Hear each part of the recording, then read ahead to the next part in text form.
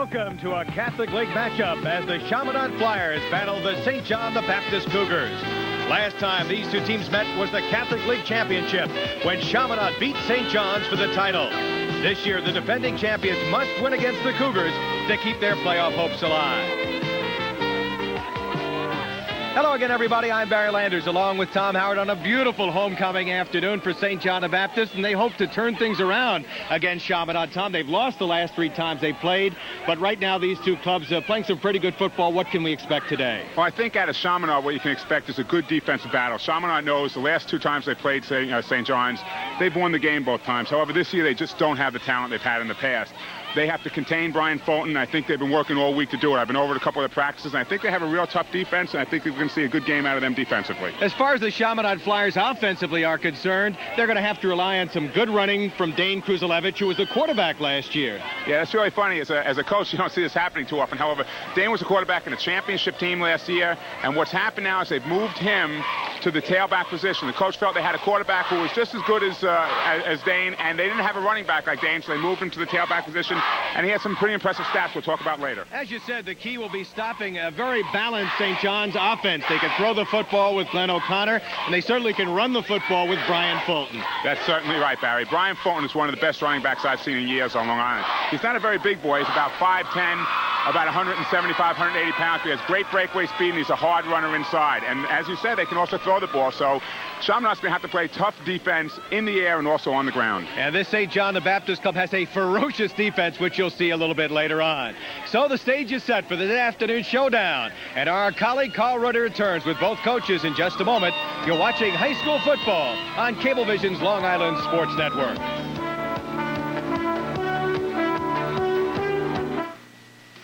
Why should you make Apple Bank your bank?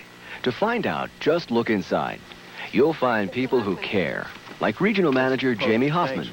At Apple Bank, our people are concerned about what happens to your money and to you. We're committed to our customers and the community they live in because we've become part of it. Apple Bank wants to grow with Long Island and the families who live here. That's why we hope you'll make our bank your bank. Apple Bank for Savings. We're good for you. I never ran before I came to Adelphi. Now I can't imagine not doing it. It really helps having the kind of encouragement I've gotten here. It makes Adelphi feel like a small college. But I'm glad it's a big university with lots of courses and career options because I'm making choices that will affect my whole life. I'm excited about my future.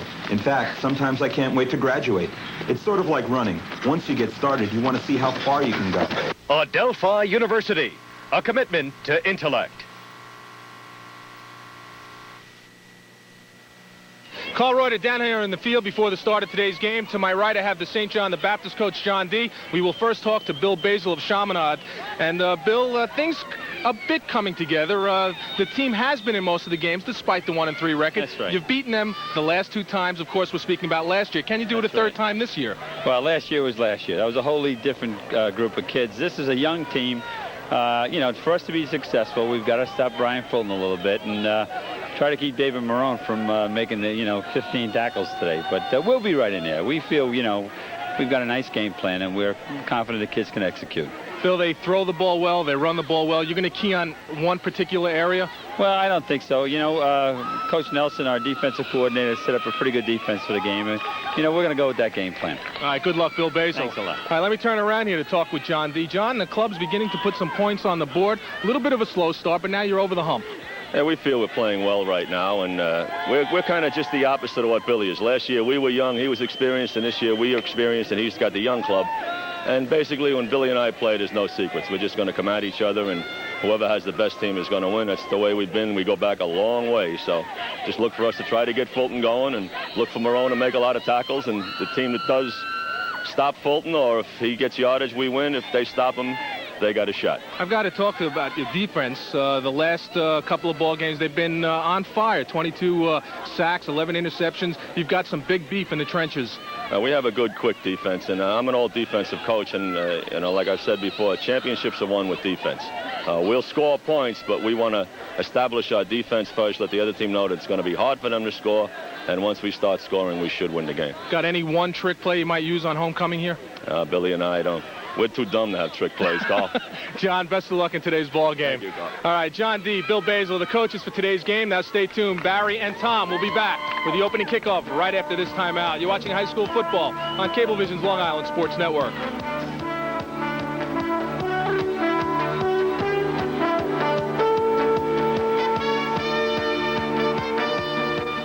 Hi, I'm Jerry McDougal. At Apple Bank, we believe that our loyal customers deserve something extra. That's why we've introduced the Apple Bank Family Program.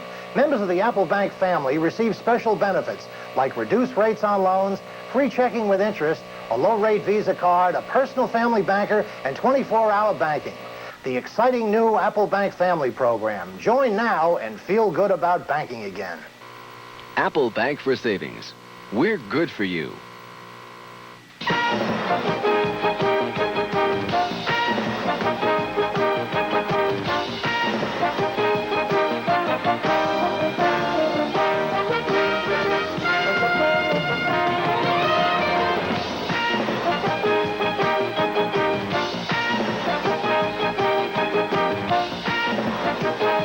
Games people play. It's a hit. Newbridge Road, Belmore. Call 785-HITS. Ray, I have a wheelchair here that came from space. You're kidding, Isaac. Nope. Try and lift it. Oh, it's light as a feather. Well, perhaps a heavy feather. It's made from super light material developed for space vehicles. Weighs half what a standard chair weighs, and it's just as strong. Must be a lot easier to maneuver, fold, and store away. Exactly. Well, on that note, I'd say it's another down-to-earth benefit from space. Space technology. This is what's in it for you.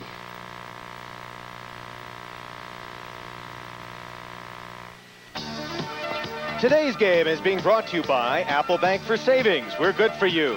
By Adelphi University, a commitment to intellect. And by 8 Auto Stores, your ultimate car care store. Well, hi again, everybody. Barry Landers along with Tom Howard here on Homecoming as the St. John the Baptist Cougars will be kicking off to the Chaminade Flyers as we're just about set to go. And, Tom, any keys early that we should be looking for? I think with Chaminade getting the ball right now, I think we have to see Dane Kusalevich taking the ball off tackle. I think that if we see Chaminade move the ball on the ground, it may be a very exciting football game. Right now, kicking off for St. John the Baptist is number 7, Kurt Weinstein. Downfield, it's taken it around the 10-yard line. And as they try to break upfield, Gil Martin, who's an excellent returner, gets across the 25, across the 30, where it'll be 1st and 10. A look at the starting lineups for the Chaminade Flyers. It's an inexperienced offensive line. They'll have their hands full with the big defense of St. John the Baptist. Montana, the big guy. And the backs, of course, Kusalevich moving to tailback. And Gil Martin's an excellent receiver. And the quarterback is a young man by the name of Glenn O'Connor, 5'11", 180-pound senior from Centereach. And he has done a pretty good job this year. Handoff going to the big guy coming up, or check that, Crosby is the quarterback. And on the handoff, Dane Kusalevich picks up a couple of yards, and he will be the bread and butter quarterback today, running the football at the tailback spot. That's absolutely right, Barry. I think, again, as I stated before right now, we only got 1 yard on the first play. St. John's obviously has the bigger, tougher defense, and Chaminade's going to have to start moving the ball on the ground if they want to be in this football game. A look at Crosby's statistics as they work out of the I formation on 2nd down. Again, Kusalevich gets the call off the right side of the line, close to the 1st down. Bobby Hunter, good lead block, number 45, the fullback on that play. Excellent. That was just a power play off tackle, and Dane is a slashing type run, and you can see it there. He fell forward, and he's about maybe a foot short of the 1st down. There's the St. John's defense. It is a dandy. David Williams, the nose tackle. He's quick as a cat. And the linebacking crew, two of the best you'll find around. David Marone, a Division I Notre Dame Penn State prospect. And the secondary hasn't been tested too much. Matt Brosnan, the best one at the free safety spot. 1st and 10 as they picked up the 10 yards there. And Chaminade feels they could move the football against this St. John's team, which doesn't give up much defensively on the ground. I think with Coach Bob Nelson moving over from St. John's last year, they know a little bit about the talent that St. John's has. And I think they know what they can do. They have a game plan. I saw them on Friday afternoon in the rain, and they moved the ball pretty well in the rain. On a dry day, I think they can do it now. Crosby to throw, wide open up the middle. Kusalevich sheds one tackle. He's inside the 40, and he's down at the 30-yard line. So Dane Kruzalevich, who hurt him last year as a quarterback, along with Ellery Roberts, when they won 2 games, comes up with the reception. He's going to have his hands on the ball about 80% of the time. Well, they know that. They moved him to tailback because they felt that Dane was such an outstanding athlete. I think we're going to see here Dane finding his way over the middle. He's wide open. They didn't control the back out of the backfield. That's St. John's linebackers' responsibility. And then you see Dane breaking up the middle, heading north and south, and going for an extra 10 yards. Out of the eye again, throwing on first down. He's got Gilmartin out there. Could go. He's down at the 5-yard line. That's a beautiful tackle by Brian Brannigan to save the touchdown. He made a shoestring tackle. I think you're going to find Coach Bill Basil's team is going to start mixing things up right now. They're going to be throwing on first down. They're going to be running and through us on 3rd and long. Again, you see here, quarterback Kevin Crosby's getting out. He's getting Kevin Gilmartin wide open. All it is just a quick look in, and they had Brian Brannigan beat, but Brian made a great shoestring tackle to stop the touchdown. 25-yard pickup. It's 1st and goal at the 5-yard line. A little confusion in the huddle right there.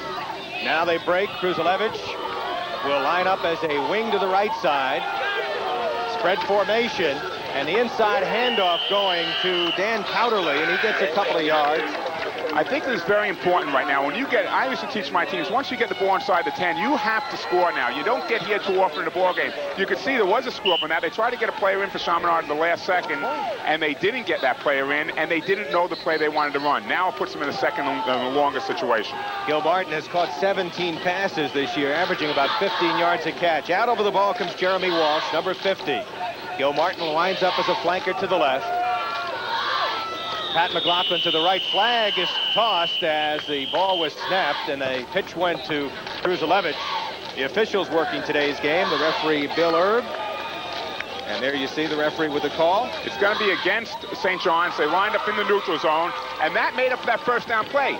Big plays here, down on the goal line. Chaminade makes the first mistake, can't get an inch on their first down play, but St. John's gives it right back, and they move the ball. Now they're going to have 2nd and goal from the 3 instead of 2nd and goal from the 6. John D. must say this is like deja vu. Last week, St. Anthony's came out, ran the football quickly, scored an early touchdown. They fell behind 7-0, and then came back strong, St. John's. Well, the Cougars regrouped not only after giving up a little bit in the beginning of the game, but also the beginning of the season. They regrouped the second half of the year and the second half of the game club. Kruzalevich trying to turn outside, cuts back, stopped it around the 3-yard line. He might have picked up a half yard on that play. He really didn't get too far on it. Brian Brannigan with the stop. He came up from the left cornerback spot to make the hit. Okay, you can see here the pitch is going over to Dane Kruzalevich, and you'll see Brian Brannigan coming up hard, and that's what the corner's supposed to do. You have to come up. I'm sorry, that's number 22 you see right there. That is Brian Brannigan. Okay, fine. You also saw Big Dave Marone getting over there, and for his side, he has great lateral movement. 6'4", 240-pound senior out of North Babylon. So it's 3rd and goal. Straight ahead behind the quarterback. They push ahead. Crosby trying to get to the goal line. Is stopped shy of the goal line. It'll be 4th and goal here. He fouled number 55, Big John Bertrand, 6'2", 195-pound senior from Glen Head, off of his left guard. You'll see fouling behind the left guard, and he picked up about 2 yards. He's down on the 1-yard line. This is a really difficult call right now. It's 4th and 1. This could turn the whole ball game around. Bill Basil's ready to go for it. Big call for Basil, and they are obviously going power I formation. And they not get in. They stopped them with a great defensive surge back there. What a defensive play. That was a defensive guard. I believe it was Anthony Gentili in there on the defensive guard. Might have been Junior Harewood also helping out. Number 93, the junior out of Central Islip, who's tough and quick. There was number 93, Junior Harewood. He just split a seam there and went into the backfield. That was going to be a bootleg. He was not handing that ball off to Dane. They were going to fake the power eye off a left tackle, and they were going to bootleg around the right end. So on homecoming, St. John's with a big lift, and here's the backs and receivers. Billy Seidler, good tight end. Billy Judge also catching some balls in the flanker spot. As they come to the line of scrimmage, the quarterback is Glenn O'Connor. He has thrown for 5 touchdowns and only 6 interceptions. And O'Connor will hand off to Fulton. And Fulton blasts his way across the 10 up to around the 12-yard line. Stopped by Scott Malika. And a flag goes down, a late flag thrown by the official. Brian Fulton is only 5'9", 190 pounds, but he can run to the inside as well as he can run to the outside. Chaminade is very concerned about controlling the speed option with Brian getting to the outside. They also have to be very concerned about him coming inside. Personal foul tacked onto that play, and that will really give St. John's a big lift. They were backed up at the goal line, and now they're going to have the football after the penalty and the advance up at around the 30-yard line. Referee is Bill Erb. The umpire is Jay Powers. The linesman Tom Wheatley. The judge Rich Ariagli. And the clock operator Barney Marshall. Here's the Chaminade defensive line. The linebackers. And Scott Mollick is a good one. Secondary, also good secondary. Ronnie Eith is the leader back there. Fulton trying to turn outside, wrestled down on a good defensive play by Brian Regan, the left defensive end. 6'3", 205-pound sophomore from Freeport, has tremendous potential. He's very quick. You don't often see a sophomore start for this very tough Chaminade team. You certainly don't. I wouldn't say in too many of the Catholic schools you see a sophomore start in any of the teams. And Brian did a good job on that play. He fought off his block and he made the tackle, probably a gain of 1 or 2 yards on the play. Let's call it about a 3-yard pickup, make it 2nd and 7. Fulton coming off a 171-yard game last week. Gets the call again, tries to blast off the tackle. This time he only picked up about 2, and he was shut down defensively on the play. I think what we've seen right now, Barry, is that Steve Pontello, number 79, has moved in a defensive tackle for John Carl. John Carl is out with a knee injury this week. St. John's has run 4 of the first 5 plays right over their right tackle, which is picking on Steve Pontello. He's going to have to come up with a big game. They know where the weakness is, and they're attacking him. Didn't take long for them to find out that the big guy, Carl, who was honorable mention all-league last year, isn't in the lineup today. Now St. John's will take time out to talk things over. Carl, number 1 in the senior class, an average of 98 at Chaminade High School. He's also president of the National Honor Society, and West Point is looking at him. He is a hard worker and a real fine athlete. I'm sad to see we're not going to see him here today. And so St. John's gathered around their offensive coordinator to talk things over. That's Angelo Sparacia. And we have a stoppage in play right now. We'll be back. You're watching High School Sports on Cablevision's Long Island Sports Network.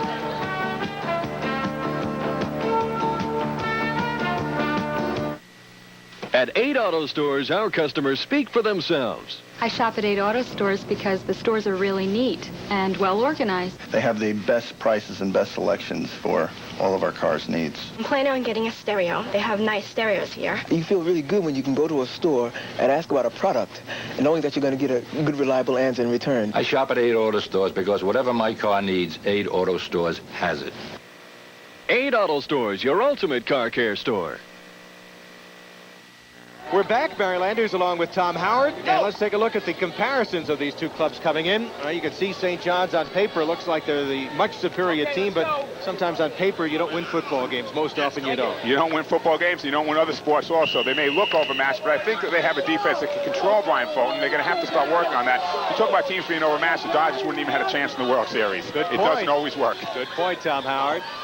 Big 3rd down play, the pitch to Fulton, and he's taken down Slip in the backfield, and right there was Brian Regan to make sure he wasn't going anywhere. Barry, let me tell you something. That was not a slip. I mean, it might have looked like it. He was going to get hit there anyway. Chaminade has worked on that speed option every single day this week. When I was at practice on Friday in the pouring rain, they stayed out for 2.5 hours and worked on that speed option. Fulton is not going to be able to run that well. He's going to have to go with his power game inside today. That is a muddy part of the field, however. I did have a chance to get out there. Here's the punt coming right from Billy Seidler. Upfield, Gil Martin inside the 38-yard line at midfield and runs it back for about 15 yards before he's taken out. So we may have a piling on penalty over there. Flyers will have excellent field position in either case inside the midfield marker, and they'll have a second opportunity here. They had a good opportunity the first time they got the football. Let's watch the return here and see if we can spot any penalty. Okay, here's Kevin Gilmartin taking it. He does a good job. He cuts back to the right. He starts to go up the middle, makes a cut back to the right, just like he did in the opening kickoff. Now, it looks like I might have a clip here, but they don't call that. He gets off of him. As he goes down, you'll see one hit, and that's a tough call right there. Dave Williams, number 54, with that hit. He was the apparent player that was nailed. 15-yard personal foul moves the ball down to the 32 or 33-yard line, where it'll be 1st and 10 for the Flyers. No score, 5:23 to go, first quarter. Again, working out of the eye. Crosby looking to throw, overthrows Gil Martin, who was open at around the 18-yard line. There's that first down pass you mentioned before, Barry. They're passing a first down. They're trying to mix things up and keep St. John's off balance, and they have to do that. Man for man, St. John's has the better athletes and they're more physical than Chaminade. Chaminade might have had a better team last year, but they're down a little bit this year in talent. Therefore, they have to start mixing things up. The man was wide open, was just a little bit overthrown by Kevin Crosby. Gil Martin with 4.7 speed, runs excellent patterns. He's a little guy, 5'8", 155, but he's pretty fearless. He'll catch the ball in traffic for you. He'll mix it up with anybody out there. Crosby is 2 for 3 for 52 yards. This time since Pat McLaughlin out as a wide receiver to the left. Gil Martin coming back in motion. Gets the pitch on the end around. Does he have the speed to turn the corner? No, they strung the play out, and they stop him for a big loss. Chris Stiso came up on the play, the defensive end, 6 foot 200-pound senior out of Brentwood, smart, tough, and quick, and he broke that play up. They strung it out beautifully. Chris is their drop end. They're going to play him away from their strong end, who's Joe Michaels on the other side, and he has good speed, and he can get to the outside. That's exactly what he did. He strung the play out, and Kevin had no place to go. Now they're in a definite passing situation, and I wouldn't be surprised to see a draw or a screen at this point because he wants to mix things up. 3rd and 19 as we get back to the live action. On the draw, Kruzalevich fumbles the football, and I believe it's fallen on by Chaminade. John Bertrand, number 55, the left guard, alertly pounced on that football. And Chaminade will punt it here as they're stymied on their second offensive possession. And Bill Basil says, all right, at least we hung on to the football. That's what I'll tell you something. That was a 30-yard gain by number 55, John Bertrand, because if he wouldn't have recovered it, St. John's would have gotten the ball 30 yards further than they're going to get it right now. Mike Meehan will be doing the punting. He's a little erratic, average 31.5. He's in the game, number 17, standing back at his own 45-yard line. That back deep to receive the kick is Bradley, a speedster, number 32, along with number 36, Matt Brosnan. Brosnan will take it at the 11. He's got a couple of yards, and he'll cross the 20 to around the 23-yard line. That's a nice return by Matt Brosnan. Matt is a great athlete. He can move the ball all over the place, and he also has the ability as a defensive back. He has 4 interceptions so far this year. Probably the best defensive back that St. John's has. 3:44 to go, scoreless first quarter. The Chaminade Flyers have defeated St. John the Baptist 3 straight times. And they're looking for revenge here, St. John's, coming off 2 impressive victories. They're looking for their 3rd straight win. Again, Fulton. And he slammed down as he picked up some yardage. Knocked down by Chris Carew, number 34, the strong safety, who's a very steady player and a good tackler out of Franklin Square. Again, Barry, it was off the right side that Brian's running the ball, and I think that St. John's knows that they can move the football on the ground. They probably can move in the air, but that's not necessary at this point. They have to establish on the ground, and I think they should be establishing on the inside, not on the outside. Bill Judge and Kenny Pullman are wide receivers right now as they line up. Fulton again up the middle and has close to the first down. I believe he's got it at the 35-yard line as he fell forward. Brought down by Matt Lasky, the right tackle, 6'2", 230-pound junior from Island Park. There's a look at Brian Fulton, heavily recruited by Division I schools. He's a real good one. That was just a quick trap up the middle. The guard threw a nice block for him, and he went about 6 or 7 yards. And again, as I said before, the middle is the game right now for St. John's. They have a mismatch, I believe, with their offensive line against the defensive line of Chaminade. Fulton had averaged 4 yards a carry and 4 touchdowns so far this year. Little play action to Fulton, looking deep to the sideline. It is complete out of the backfield for a first down. Brian Knapp making the stop. Let's go down on the field to Carl Reuter. Thanks very much, Barry. On that first possession, you saw Chaminade move the football rather well. They got stopped, and St. John the Baptist is also moving the football pretty good right now on this drive. But both teams have said that the field conditions aren't the best. The footing is not the best. It is soft in the middle of the field. Lateral movement could be a problem. Straight ahead, it'd probably be the better way to go right now. Barry? Ken Zach, Carl, making that reception for the first down up at midfield. On the keeper, O'Connor, who's a pretty good runner, has had 3 touchdowns rushing so far this year. Picks up about 3. It'll be 2nd and 7. Martin Wade, number 42 on the stop. 2:15 to go in this scoreless first quarter. And Chaminade defense has played well all year. They've been in just about every ball game. It's been the offense that has sputtered. You're losing Ellery Roberts. Your quarterback shifts to tailback, and you've lost some other high-class people. It's going to be tough rebuilding. That's for sure. And as you said, they have been in every single game, and I'm sure they're in this game right now. O'Connor on second down. On the option, tripped up from behind. Martin Wade again, the roving blitzing linebacker, the junior out of Baldwin with a good tackle. Pretty quick, and he stopped the option play very nicely. Well, they have 3 people on that corner, and that's one of the plays they're afraid of. They're afraid of that speed option to the split end side, and they had somebody right on Brian Fulton again. Bryant's not going to be able to run the speed option, and I think that Coach John D. sees this right now. What he's going to do is he's going to continue driving the ball at that mismatch off right tackle. See if they come back this side. It's 3rd and about 5. Fulton up the middle, off that right side, gets the first down as he went off the right guard spot. Inside the 40s, finally stopped by Scott Malika, number 44, but not before he picked up enough for a first down. I'm really impressed at the leg strength that Brian Fulton has. He drives the ball straight ahead and keeps the legs turning. He got hit about for a one yard gain and kept driving those legs and picked up about 9 yards on the play. Fulton has carried 7 times for 29 yards, just about his average this year, which is about 4 yards per carry. On first down, quarterback Len O'Connor. On the option. Again, stood up. Good pursuit on the line. Martin Wade, number 42, one of the tacklers. There are a couple of other guys down low. I think Manny Diamakis, number 63, the nose man, was also in. Coach John D. wants to continue that option. If you notice, though, that time, they overloaded on the other side. They're going to have 2 men there, so now it's a lead option, not a speed option. He has a man out in front. He's pulling a guard out in front also. But the quarterback decided to keep the ball instead of pitch it, and that's a little change. It's not a speed option anymore. It's a lead option with that extra blocker out there, which may help St. John. And 11 from the 38. O'Connor to go to the air. Looking wide open. He's got a receiver for a first down. Bill Judge inside the 25. Billy Judge is 5'8", 165-pound senior, has very good hands and very good moves. And all he did is a little curl in there about 12 yards and was wide open on the play, Barry. Young man out of Bayshore, their number 3 receiver, and watch it again. He's actually from Brightwaters, and he's a kid we lost along the way. So the Cougars on the march here. Time has run out on that play, and that is it for a very fast-paced first quarter of action. We'll be right back. You're watching Cablevision's coverage of high school football on the Long Island Sports Network.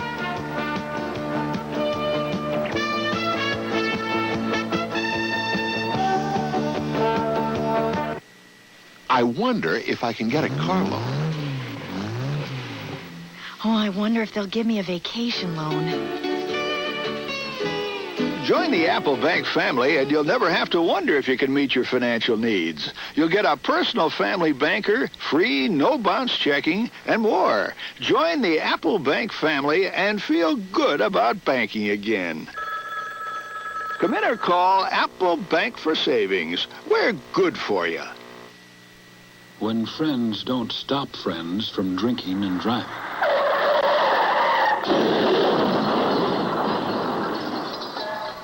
Friends die from drinking and driving.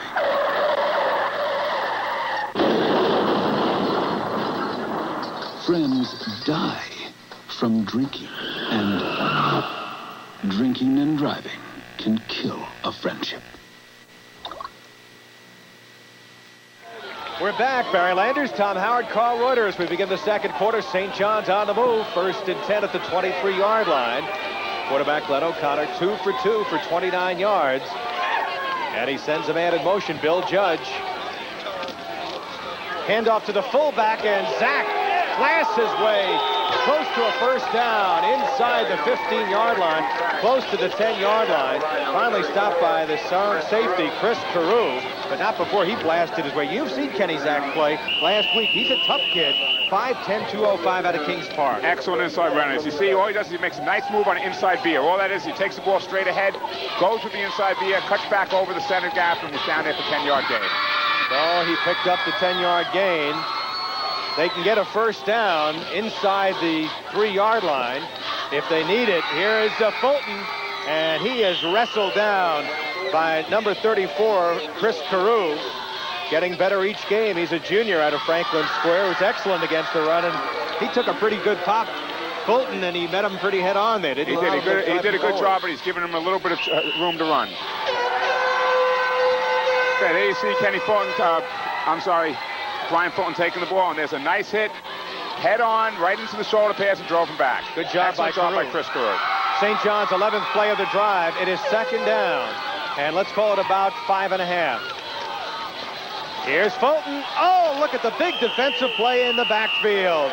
Jim Canty, the 6'185" junior, number 51, and a Rockville setter who's young. And giving him a little playing time, he comes up so far with the biggest defensive play of the game. He really does. Jim came in there and made an excellent job. And again, they have Brian's speed option down to a T. They know what they're doing there. If they keep the ball, if St. John's keeps the ball on the ground, attacking the heart of the Chaminade defense, I think they're going to have a lot more success. 3rd and 13 from the 15-yard line. Passing situation here for Glenn O'Connor, who's thrown so far 5 touchdown passes this year. He'll go to the air. Looking in the end zone. It is a touchdown. Billy Seidler. Number 89, 6'2", 220-pound senior from West Babylon. And you know this young man. You teach in that West Babylon school district. Well, I never had Billy because I'm teaching in the high school, but Billy's an excellent receiver. He's a great Division I AA prospect. Not that big, 5 ton, 175 pounds, but has excellent hands and a great move he made there coming over the middle. He's a basketball player, and he showed like going up for a big rebound there. His leaping ability was excellent on that. He got about 5 feet up. He's their number 2 receiver. The kick is up, and the kick is good. James Vanderbeek connects on the extra point. He's 9 for 9. And a happy homecoming crowd here at St. John the Baptist as they strike through the air. We talked about their versatility, and they showed it right there. That's absolutely right, Barry. They can score in the air, and they can score on the ground. And to be honest with you, if they didn't have a couple of mistakes on that speed option, they would have been able to move the ball right down the field and score on the ground as well. Chaminade is going to have to regroup a little here and start, I think, playing a little bit more on defense with gambles. A little blitzing here. As they're mixing things up on offense, they're going to have to start mixing things up on defense also. So Glenn O'Connor throws his 6th touchdown pass of the season. And Billy Seidler comes up with a touchdown. It's his 2nd TD pass. Seidler had caught 8 for 181 yards, an average of 22.6. Those are impressive figures for a tight end. That certainly is. What he's doing is he came over the middle, he came down and just ran a square in over the middle, and he was wide open. Billy Seidler had a 58-yard touchdown pass against Farrell. Had 30 stitches in his head. Last week he played in the game, had the stitches taken out this week. He is one tough young man, Billy Seidler, as we see Kevin Gilmartin, number 11, lining up for the kickoff that'll be coming up momentarily. Kurt Weinstein, 5'7", 150-pound junior from Smithtown, kicking off here. Gilmartin will take it at the 15. Running wide across the field, looking for the wall, and he almost got it. And he's taken down as he crosses the 35-yard line. Okay, we're going to watch that touchdown play again. Good blocking, and O'Connor's got plenty of time to throw here. He certainly does. And you watch Billy. Billy comes across the middle and just jumps up in the air. Great reception, great concentration. He has a tackler right on him, pulls the ball down among 2 Chaminade defenders. Excellent job. Chris Carew is giving up about 4 inches, number 34, going up against that big basketball player, Billy Seidler. I think it's more his leaping ability than even his height. Billy's only 5'10", but his leaping ability is great. And you know who's pretty happy about that? Ronnie Alfieri, who's the basketball coach and athletic director. He's standing here. Here's Kruzalevich as a flag is thrown, fumbles the ball out of bounds. That was very dangerous. That flag was thrown right in his face. And if you know, there's a little metal piece on the bottom of that flag. If that hit Dane Kruzalevich in the eye, we could have some real problems here. And it looks like Dane is down right now. They can ill afford to lose him. 6'1", 195-pound senior who's averaged 3.5 yards per carry. You know, if they're looking at his eye, and it looks like they are, that was a big mistake, I believe, on the referee's part. You throw the flag down towards the ground, but you don't throw it hard at the player. Now, I realize he didn't try to throw it, but he's throwing it whappo. Ooh, right in the eye, and there's a nice heavy metal piece to make that flag go down. That hit him right in the eyeball. Well, you know, with your cheekbone, it could actually be a cut there, and Dane would be very lucky if he does have it on the cheek and takes a stitch or two rather than getting it in the eye. Well, a freak play as we look at the scoring summary for the Cougars of St. John the Baptist. That should be Chaminade, St. John the Baptist on that scoring play. 12 plays, 76 yards, a possession time of 5:20, and St. John scoring on the Seidler touchdown reception thrown by Glenn O'Connor. And Barry, that key 5:20 on the drive is really important. In order for Chaminade to win, they need to control the ball like that. They can't keep the ball in the St. John offense's hands. You can't have people like Glenn O'Connor, Kenny Zach, and Brian Fulton having the ball for 5 minutes and 20 seconds. Take another look at the injury here and watch that last play on the pitch to Kruzalevich. Okay, you see Dane coming around. What's going to happen is there's a person out there who's going to start cracking back right now, and there's going to be a clip, and the clip was there. The ref saw that, but by throwing it, it just happened to hit him right in the eye. And that was, again, it's very dangerous. It's not the referee's fault. He didn't do it intentionally. Don't get me wrong, but you should get it down on the ground. Well, Dane is going off the field. You have to take, when time is called, the player has to leave the field, and he's heading off, and hopefully he'll be all right. Carl Reuter will try to get us a report on exactly what happened. Well, I believe he'll be back in one play. I think he probably got it in the eye. He's getting the eye cleared up now, and he may be back in within the next play or two.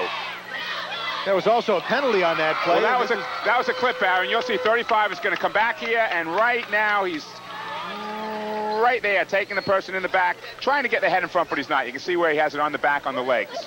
Kevin McKenna, number 35, called for the clip for Chaminade. So they have moved the football back to the 20-yard line. First down marker is way upfield at the 48-yard line, so it's about, well, let's see. We'll figure it up about 1st and 26 or so.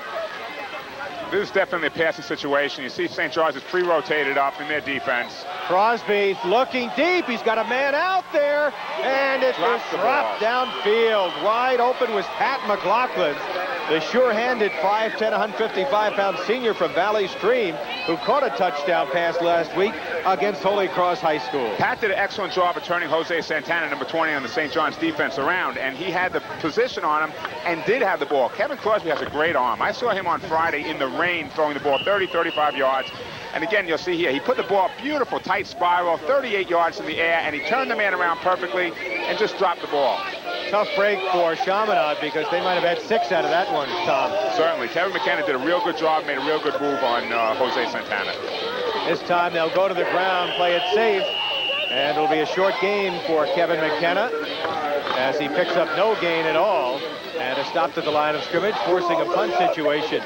Well, anytime that big St. John's defensive line thinks you're going to pass, according to John D., who's a defensive coach by nature, their eyes light up because they love to blitz the quarterback. They've had 22 sacks this year. They've really done great. Now, it's only 3rd down now, Barry. Remember that penalty. So we have 3rd down. There's another play. But I'd be very careful. If I'm throwing the ball here, it's going to be deep because I want to make sure that they don't get the ball in my territory. Kruzalevich still out of the ball game right now.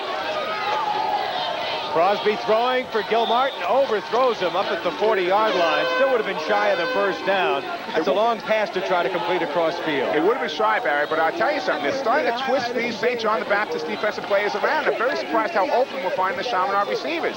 Chaminade is not out of this ball game by a long shot. Even if St. John's takes this punt and puts it in for a score, Chaminade is doing something right offensively with the passing game. They just have to start throwing shorter and can't have those 15-yard penalties on 1st down. Matt Brosnan is the deep man back to receive the kick at midfield.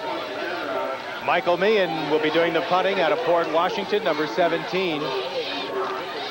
Standing back at about the 5-yard line. He's in trouble, looking to throw downfield, and it'll be incomplete. That could not have been the play design. However, there is a flag on the play. 34 tried to get back on the inside, and what he tried to do on that play, that's number 34, Christopher Carew, and he wrapped his arm. He actually hooked his arm on the St. John's player, and I believe we're going to get pass interference against St. John's on that, and that's going to probably give a 1st down to Chaminade High School. That well could be pass interference, but it may be against Chaminade. They're talking things over with the St. John's people. And if indeed that is the case, they would probably decline the penalty, take the play, which would give them the ball. I'm sure they would. It really was pass interference on a Chaminade person. He reached back in and hooked himself around there. However, the referee made the call from behind, and it might have been tough for him to see. What was Michael Meehan doing on that play? I really believe that was supposed to be a punt. He saw the rush coming, and what he did is he tried to scramble. And what kids should be taught is when they scramble, they should kick the ball on the scramble. Ineligible receiver, apparently, is the call downfield. And Meehan just trying to, he actually didn't make a bad pass out of it here, but trying anything to get the ball upfield. So St. John's takes over, declining the penalty, 1st and 10 at the 10-yard line. Really was a high snap, I guess, on that last punt. It was, but you still have to try to get it off. You don't panic and get out of the pocket, the kicking pocket in that case, because this is what's going to end up happening. The odds are you're not going to get out of there. Try to punt the ball. Fulton and Zach are the running backs in the pro set behind quarterback Glenn O'Connor. Billy Judge wide to the right as a receiver. He rolls that side, looking O'Connor for the end zone, overthrows Zach. who had come out of the backfield, and Chris Carew, number 34, was defending on the play. It'll be 2nd and 10 on the incompletion with some 8 minutes and 14 seconds to go here in the second quarter, and St. John's leading Chaminade 7-0. This is a place right now, Barry, where Chaminade defense has to really start getting tough. Their backs are up against the wall. They're down on the 15-yard line, and what they're going to have to do now is they're going to have to send some people at the St. John's quarterback. Right now, Kenny Pullman lines up as a wide receiver to the left. They've got 2 receivers to the left, Billy Judge and Kenny Pullman. Fulton trying to cut back upfield, and they stopped that play again effectively, just at about the line of scrimmage. That was just a quick toss. That wasn't the speed option. However, they have the outside cover. We've seen this all along. Let's go down on the field. Here's Carl Reuter. All right, Barry, thanks very much. I just came over from the sidelines with Chaminade. The doctor is looking at Dane Krushelevic's right eye. That is where he got squarely hit by that referee's flag, as you guys pointed out up there. Right now, they're icing it down. His eye is tearing quite a bit. They're going to keep it iced up. The doctor is worried about hemorrhaging. If it does begin to hemorrhage, whether in the white of the eye or the iris, that means right to the emergency room. Right now, close look on Dane Krushelevich, Barry. Thank you, Carl. 3rd and goal from the 10. Flag is thrown as Billy Seidler was the intended receiver in the end zone. And let's wait and see. The flag was thrown in the backfield. That could mean a couple of things. It probably is going to be offensive holding. However, Billy, again, was wide open in the end zone. I'd be very concerned. This is a very, very difficult call at this point. As a coach, Bill Basil has a real problem. What do you do? Do you give him the field goal from this shot? They'll probably make it. Or do you push him back 10 yards further and give him a chance to get a touchdown? I don't know that I would decline the penalty at this point and make him take the field goal right now. Well, they do have a pretty good field goal kicker in James Vanderbeek. He's 1 for 2, a 29-yarder. First time he's ever kicked, and they have refused the penalty. There is Dane Krushelevich. As Carl Reuter just reported, they've worried about that eye. And, of course, one fortunate thing is that the hospital is right across the street here. They could run him over there and get it fixed up and back here before the beginning of the second half. So they'll try a 27-yard field goal. James Vanderbeek is the man attempting the field goal, and it may be a fake. That was no fake. That was a bad snap, but there was no pressure coming from the outside. Now the question is, did they pick up the first down on that play? No, they had to go into the end zone. It was goal to go. And Sean Maroney was the man, the holder, who ran it. Brian Knapp finally brought him down. However, we do have another flag on that play. Sean just fumbled the snap. You'll see it here. The ball comes back. As he goes to put it down, he drops it. Ball's right in his hands. It's a perfect snap, and he drops as he goes to put it down. So what he does is he calls a fire. He scrambles out to the left, and he should be yelling for his end so he can pass it or run it. Chaminade doesn't put the pressure on from the corner. They don't have anybody coming in from that corner. That big number 53 coming in there. That's Matt Lasky again. However, he didn't contain. But more importantly, they hold him here without any points. And as you said, Chaminade very much in this game. They bend but don't break this club. It seems like that. I also see St. John's at this point making a couple mistakes that, as we said before, they're a second half team that they're going to adjust to in the locker room. And you're going to see a lot more inside running game in the second half out of St. John's. Ball is down at around the 4-yard line. It'll be 1st and 10. Let's see if they're able to do much without Krushelevich in there. Bill Basil wants to throw. Let's see if they're going to throw out of their own end zone on first down. Instead, the handoff going to number 35, Kevin McKenna. And McKenna, the 5'10", 175-pound junior from Lynbrook, who had rushed only 12 times coming into this ballgame for 32 yards, is stopped after he picked up just about a yard. This is really a double change. You see Kevin coming over here. Kevin is the flanker on the team. Now, when Dane Krushelevich got hurt, they had to move Kevin McKenna into the tailback position, and now they had to put another flanker in. Looked like Pete Dragata, number 75, was trying to wrestle that ball free there. Yeah, he's trying to get it. They know that's their end zone. St. John's knows their end zone's 5 yards away. They want to score. He's a 6'3", 255-pounder. Gilmartin out there, double covered as the ball is incomplete. St. John's are expecting him this time.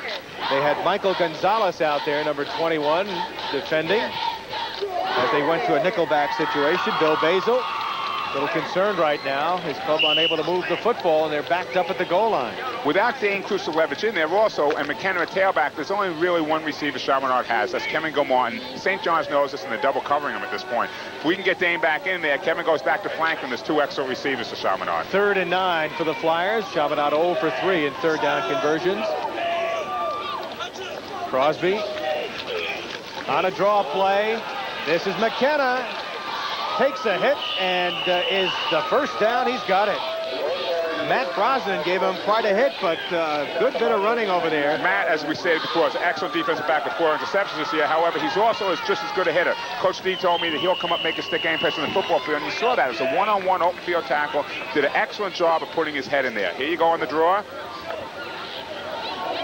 Good bit of running. Kevin McKenna coming up the middle, and here comes Matt Brosnan in. Boom, up and makes a beautiful stick. We didn't get the full stick there, but number 36, Matt Brosnan, made an excellent play. It was just 1 yard past the first down marker. Pat McLaughlin lines up as a flanker to the right. Again, they go inside. Being spun around is Dan Powderly, the fullback. Number 32, 5'10", 175-pound junior out of North Merrick, stopped by Anthony Gentili.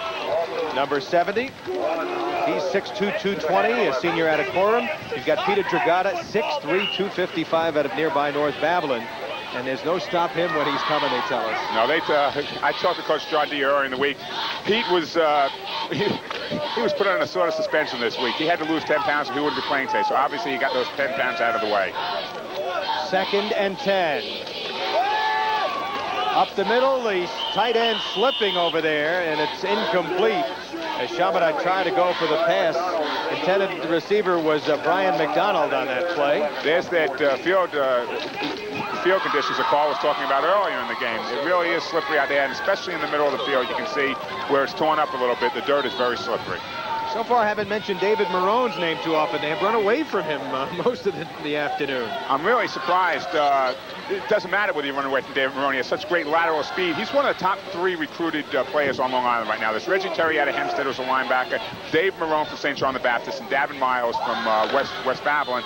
And all 3 of those are all 6'4", 6'5 kids. Excellent, excellent football players. And they'll probably be one of the top 3 college prospects this year in the United States. 3rd and 10 from the 15. He has time to Gil Martin, spins out of the grasp of one tackler, and has another first down. Excellent, excellent play there by Kevin Gilmartin. Kevin made just a nice little slant in and took the ball and turned around. He has great ability to cut back the other way. He showed it on 2 kickoff returns, and now he did it again on this reception. Matt Brosnan finally stopped him, but that's 2 big 3rd down plays they've come up with. It really is. Here you go on the replay. You see Kevin slanting over the middle, makes the catch, and just turns around. All he does is he turns Jose Santana around, comes up and makes the cut back to the outside and picks up another 8 yards, and bigger than that, he picks up the first down. Santana having a tough time over there with Gil Martin. 12-yard play. We'll be back. Breaking the action, 5:02 to go, 2nd quarter. And Chaminade trails 7-0. You're watching high school football on Cablevision's LISA. I never ran before I came to Adelphi. Now I can't imagine not doing it. It really helps having the kind of encouragement I've gotten here. It makes Adelphi feel like a small college. But I'm glad it's a big university with lots of courses and career options, because I'm making choices that will affect my whole life. I'm excited about my future. In fact, sometimes I can't wait to graduate. It's sort of like running. Once you get started, you want to see how far you can go. Adelphi University, a commitment to intellect.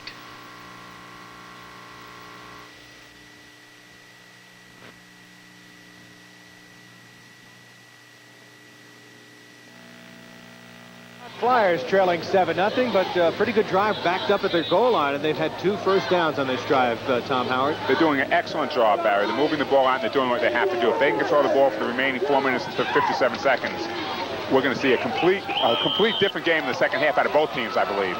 Quick burst by Kevin McKenna as he picked up about 4 of 5. Tackle by number 19, Peter Lupo. Peter Lupo, number 19 on the tackle for St. John's, as Lupo's come into the ball game as a linebacker.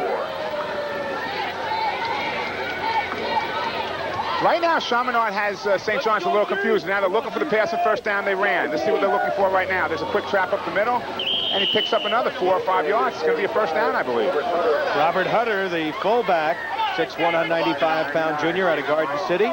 He's the number 1 student in the junior class, 98.7. That's absolutely right. We have John Call, the number 1 student in the senior class, the defensive tackle. Bobby Hutter, number 45, is the number 1 student in the junior class. So shares time with Dan Powderly. Dan's a better blocker. Bobby's a better runner. They both do an excellent job for the Chaminade Flyers. Of course, those averages speak well for the academics of Chaminade, known perennially for outstanding students. Anybody who knows anything about Chaminade, you know that's why they're there. They're there for their academics. They're in a class by themselves. They really are. They are in a class by themselves. Inches there shy of the first down as the officials will move the chains. A little more toward the center of the field. You could see just about 3 inches. This would not be a bad time to load up offensively with a double tight power I formation and try to throw some type of pass that might break it. Now, again, if you don't make it, you're going to be coming back and punting. You can't afford to give St. John's a chance to get a touchdown in your own field position. But also, St. John's is they're going to come in there to try to stop this play. It may be time. They're coming out in the wide open set, so there goes my philosophy out the window. Here's where you miss a Dane Kruzalevich in this situation where you want to get 1 yard. Instead, they try to go to McKenna and second and third effort. Excellent job with second and third effort. He made it because of his effort. He did not make it originally. Tough play for Kevin McKenna. 5'10" only and 175 pounds. Had a good game against St. Anthony's earlier this year. He's a good blocker and a hard runner at 175. He runs pretty tough. Keeps those legs moving. That's what we teach backs. If you can keep your legs moving, you can break tackles, you can make things go. You'll watch right here. Kevin McKenna gets the ball just on a straight handoff. He hits the line, and he is not going anyplace. He's getting good, but he keeps those legs moving. Face mask there a little bit. He doesn't care. Those legs, he's running over his own players. He wants to get that first down. And keeps the drive alive with 3:20 left in the third first down of this drive. Little mix-up in the backfield. Crosby going deep for Gilmartin. It'll be picked off. Matt Brosnan with the interception. And he brings it back across midfield. That was the play, Barry, that I was talking about in the third down situation. They tried it on their first down, but what happened to St. John's now was sitting back. They weren't as tight, and Matt Brosnan was wide open. That's his 5th interception this year. What a great defensive back. You see, Kevin Crosby throws the ball. Matt is just sitting there waiting for it. Picks it off. Actually, they had their receiver open. It was just an underthrown pass by Kevin Crosby. Tackle was made by number 76, Mike Cipolletta from Chaminade. 3:04 to go, first half. St. John's leading 7-0, looking to take advantage of the turnover. Come on, let's go. Fulton, boy, they've done a good job shutting him down. We'll give you his numbers in the first half. Remember, he gained 171 yards last week, stopped by Chris Carew, and stopped for just about no gain.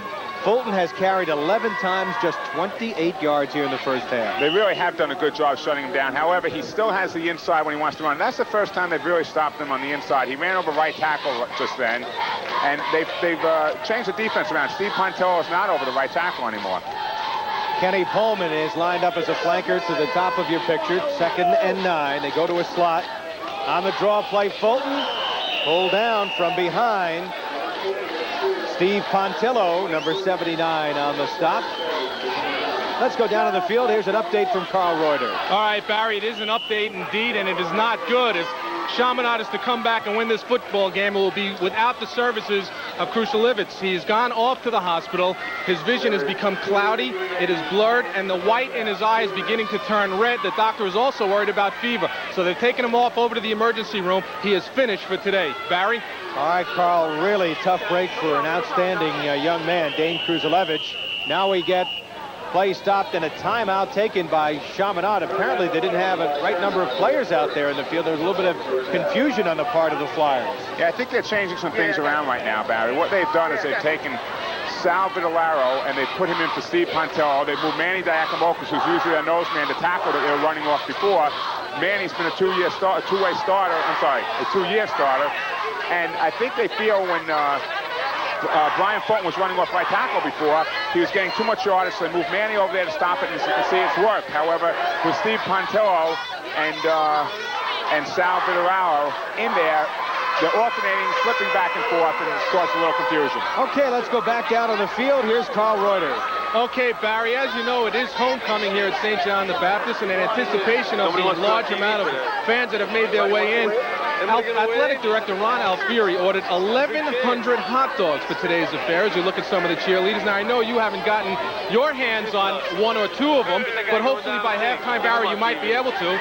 And also, of course, with homecoming, the announcement of the new homecoming queen, and that is Colleen Simmons on the left. She's escorted there by a good-looking gentleman. Barry, I think you might have looked that good in your younger days in high school. But nevertheless, a good day all around here at St. John the Baptist. They lead on the scoreboard 7-0 as we wind down half number one. Barry? Carl, we still have your high school pictures pinned up on the wall for dart practice.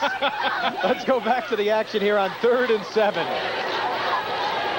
Big play here for O'Connor in trouble, and he will be taken down just about at the line of scrimmage. That field really is starting to play havoc with the players out there. Glenn O'Connor sprinted out. He slipped. One of the rushers coming in there, Manny Dakamokas, had him. He slipped. It's very tough out there in the center of the field right now. Steve Fontillo was in there. A face mask penalty, however, is being called on Chaminade, and oh, does that hurt. It really does. With 1:35 left in the half right now, 4th down, it would have brought up a punting situation.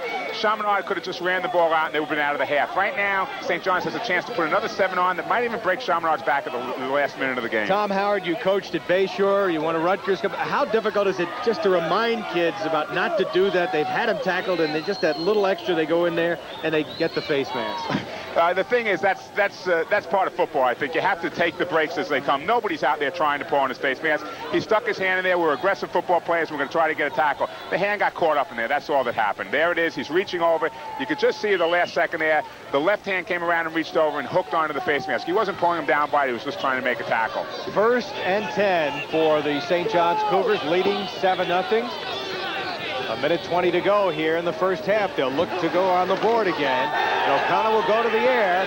Looking downfield. Judge bobbled and intercepted. What a tackle by number 34, Chaminade, on his own man. He didn't mean to do it, but he came down. Instead of holding his own man up, he ended up knocking him down. Steve Martinez coming up with the interception. Chris Carew was the man who tackled him. Steve Martinez made a great interception, and Chris, trying to come in thinking the ball was going to hit the ground and wanted to knock it down, tackled his own man, Steve. You'll see it on the replay as it comes back right now.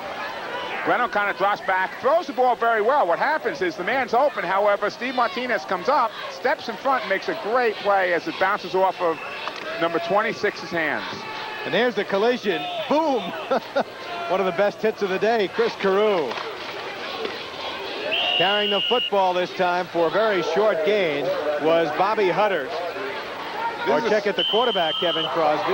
There's a situation right now we try to run out the half, and St. John's is not going to let you do that. They know with the wind, anything could happen. The wind is a cross-field wind. It's not going to affect the kicking that much, but it could shank the ball out of bounds. So what they want to do right now is what Chaminade wants to do is they want to try to use as much time as possible, try to run the half out, and John D. is telling his club, hey, we're going to use our 3 timeouts right now. We're going to try to get a field goal out of this with a couple of seconds left. The fair catch field goal is not something that's out of the way right now. If St. John's can catch the ball with a few seconds left and doesn't have a chance to run a play, if it's not a strong kick with this wind, they could actually try a field goal with nobody putting pressure on, with the wind to their advantage. Haven't seen that tried for several years, that fair catch field goal. Carl Reuter and myself had Massapequa the first game of the year, and they did it with 2 seconds left in the half, so we've seen it this year. Speaking about Massapequa, they played a 21-all tie against Farmingdale. We'll have Farmingdale next week going up against Hempstead. That really stopped our perfect, our 2 perfect teams, number 1 and 2 in the state. Hempstead rated number 1 in the state, Farmingdale rated number 2. Farmingdale may drop down now after that loss, but if you look at it the other way, if you look at the Nassau County standings with their point system, actually Farmingdale is rated ahead of Hempstead, even though Hempstead is 5-0 and Farmingdale is 4-0-1 right now. Well, it should be quite a game next week. Don Snyder going up against Buddy Krummenacher, the mentor and the student. 2 of the greatest coaches, and I know what Buddy Krummenacher is going through because he's in the building with Don Snyder every day, and I used to be in the building with Rich Crumholz and Bob Siegel at West Babel and have to play him. So here we go now. Chaminade will try to hang on to the ball. 2nd and 11. Kevin Crosby pitching. This is McKenna, who's run effectively here, and he has a first down. Excellent job by Kevin McKenna. He did exactly what he has to do. You run that toss around the end, 2 extra blocks set up out there by Kevin Gilmartin, and I believe Pat McLaughlin was out in the corner also, the flank on the split end. I'm sorry, the slot in the split end. And Kevin got around there and picked up the first down. And really, at that point now, they have effectively run out the first half unless they fumble. Dan Powderly reports into the ball game, replacing Bobby Hutter at fullback. But this Chaminade club, give them credit. They lose Dane Kruzalevich. Their defense comes up with a big play, and their offense has moved the football from inside their 10-yard line a couple of times. Into the secondary, running the football, once again, effectively, Kevin McKenna. Ironically, when these teams leave the field at halftime, we may see Chaminade with a better rushing edge than St. John the Baptist, even though on paper St. John's has the better football team on the ground and in the air. That last run was by Dan Powderly, and he picked up close to a first down. And let's watch number 32 on the carry. Dan is a better blocker, and all it is a quick trap up the middle. It's a fake pitch to around the right side and a quick trap up the middle, and they caught St. John's looking for the outside play. Hadley had rushed only 5 times for 10 yards total coming into this ball game. He really is not in there to run the ball. He's usually in there in a blocking situation. However, right now, St. John's is afraid of one thing. They're afraid of the long pass right now. So they're sitting back. They're going to give the short 10 and 12-yard gains, which in this situation is very short. There's only 28 seconds left in the half. They just want to make sure a touchdown doesn't go on the board. I believe the Chaminade Flyers have no more timeouts left. We'll try to check that out. But the Catholic League football this year, very interesting. You got Farrell on top of the pack. They've been playing very well. Holy Cross lost yesterday. How do you size things up the rest of the way? Well, I think that what's going to happen is Chaminade right now is fighting for a playoff position. St. John's, if they can win today, has a playoff position locked. What we're going to see, you can see right here the standings. Monsignor Farrell, then St. Francis Prep and Holy Cross. And Holy Cross really dropped down yesterday with that loss. St. John's is in there, and right now, Chaminade and St. Anthony's are fighting for a playoff position. St. Francis Prep is playing over at St. Anthony's this afternoon over at Huntington Station, another important Catholic League game. Big homecoming day for St. Anthony's today. Yeah, they lost last week to this St. John's team. 1st and 10 from the 37.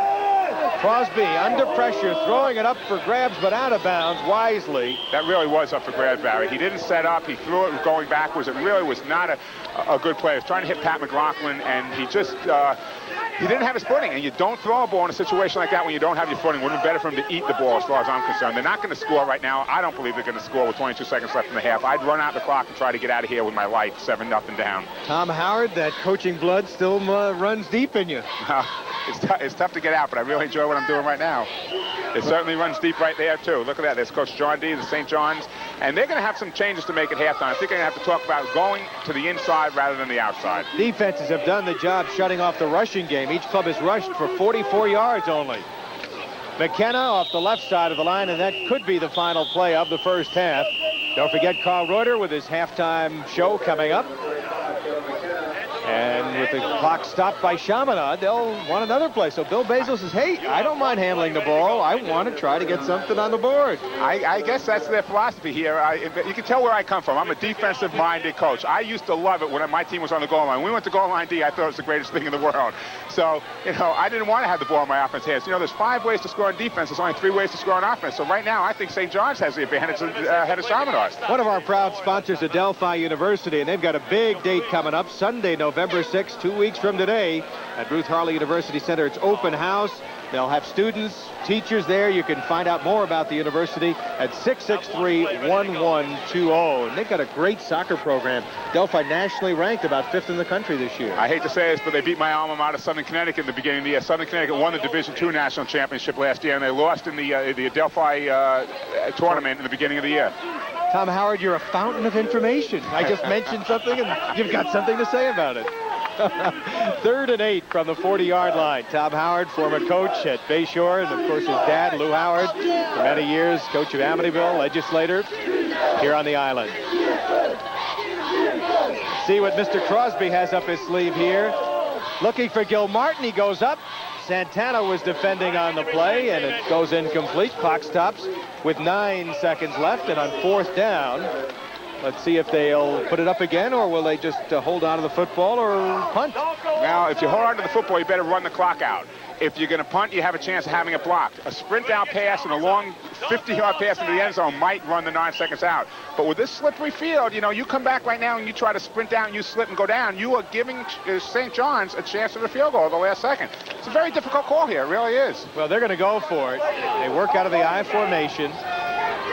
Hutter is the fullback. Here's the pitch coming to McKenna. Coming around the right side. He'll go down after picking up the first down. And the clock will wind down right now. 1 second showing on the clock, and I think he may have gotten out of bounds. So they may be able to get one more play off here. Barry, I don't think I got out of bounds, and the clock will start once play is ready. So the clock will go off right now, and there shouldn't be another play run this half. St. John's should not be able to get the play off. 14-yard gain, and that's exactly what will happen. The officials blow it dead. So surprising first half of football here, Tom. Excellent first half by Chaminade. I'm very impressed at Coach Bill Basil's philosophy coming into the game. He's throwing the ball when when St. John's doesn't expect it. He's running the ball when they don't expect it. He's keeping them off balance. But I really believe that Coach John D. and the St. John Cougars are going to regroup at halftime, and we're going to see a different football team the second half from St. John's. Defensively, Chaminade did just about everything they had hoped to do. They shut down Fulton. Just the passes hurt him. That one touchdown pass, the difference in the ball game. And right now, I believe our colleague Carl Reuter is standing by with Bill Basil, the coach of Chaminade. Let's go down to the field with Carl. All right, thanks very much, Barry. Down 7-0 on the scoreboard, Bill. You lost one of your better players, Krushelevich, for the ball game. Put a dent in your offense second half? Well, a little bit. You know, it's going to have to change. So we'll have to make some adjustments at halftime, what we're going to do. But I think the game plan we have is a good one, and we're going to try to stick with it. We just have to get another kid in there, that's all. You seem to be moving the ball. Is there any one particular reason why you can't punch it in? Well, you know, we got a little bit stuck down in that first quarter, but, you know, I think if we keep doing what we're doing, we'll be able to punch one in. Major changes in the second half? Well, not yet. Not too many major changes. All right, Bill, best of luck in the second half then. Bill Basil, coach of Chaminade, you heard what he's going to do. He's going to try to get some points on the board, and he needs to. Chaminade trails by the score of 7-0. Barry? Thank you very much, Carl. So that is the story at the end of the first half of football. Carl will be back with our special halftime report. You're watching Cablevision's coverage of high school football on the Long Island Sports Network. Jerry, your bank is very innovative, coming up with one of the lowest rates on Visa around. What else is new? Well, for one thing, Barry, you can't beat our Apple Bank Family Program. What's so special about it? When you join the Apple Bank Family Program, you may never have to fill out another application for credit. That is special. It sure is, and of course, we still have one of the lowest annual rates on Visa. It's a real money saver. Apple Bank for Savings. We're good for you. When friend fell, he called for help. But the only ones there were ignorance, incompetence, indifference. Friend called for help again. Confusion came instead. At last, help came. Help knew what to do. In times of emergency, are you help? Learn Red Cross First Aid, where you work, or call your local chapter. At 8 auto stores, our customers speak for themselves. I shop at 8 auto stores because the stores are really neat and well organized. They have the best prices and best selections for all of our cars' needs. I'm planning on getting a stereo. They have nice stereos here. You feel really good when you can go to a store and ask about a product and knowing that you're going to get a good, reliable answer in return. I shop at 8 auto stores because whatever my car needs, 8 auto stores has it. 8 auto stores, your ultimate car care store. Carl Reuter back here at St. John the Baptist High School, where St. John the Baptist, the Cougars, lead Chaminade, the Flyers, by the score of 7-0. Over the last few years, you've seen some great running backs on the high school level here, especially on the Long Island Sports Network. And one of them was Chaminade's own Ellery Roberts. So why don't we take a look at another Long Island Sports Network winning moment.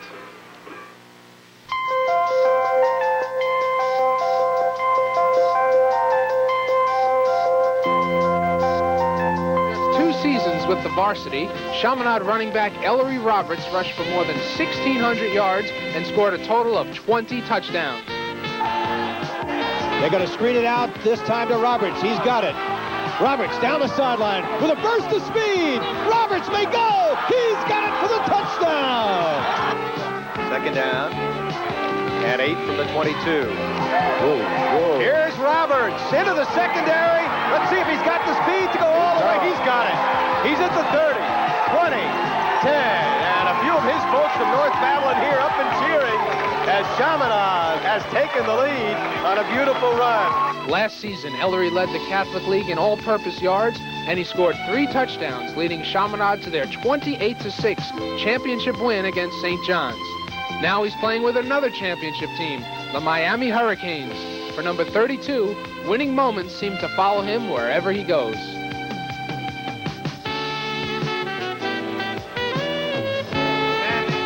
What Ellery Roberts has done over the last couple of years, I should say 86 and 87 when he did run for the Chaminade Flyers. Just a phenomenal 2-year career.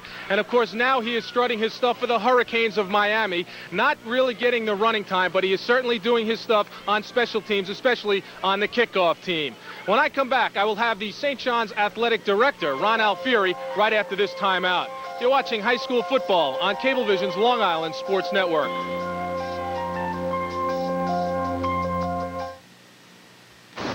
Jerry, everywhere I look, there's another Apple Bank branch. Not that many, Barry, but I am very pleased with our growth on Long Island. We'll soon be opening another new office on Old Country Road on the Garden City Mineola border. Why are you so pleased with your Long Island expansion? Barry, I'm a native Long Islander, and I have a very neighborly feeling about the communities that we serve. We plan to make banking better than ever for our new Long Island neighbors. Apple Bank for Savings. We're good for you. Excuse me, we're looking to buy a new kitchen. Can you help us design it? Sure. Here's a sketch of our kitchen and its dimensions. Oh, I can design this kitchen, no problem. I see kitchens like this all the time. Oh, really? That's very interesting.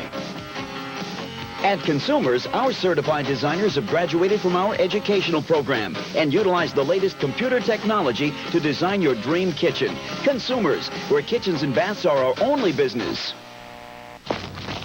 I never ran before I came to Adelphi. Now I can't imagine not doing it. It really helps having the kind of encouragement I've gotten here.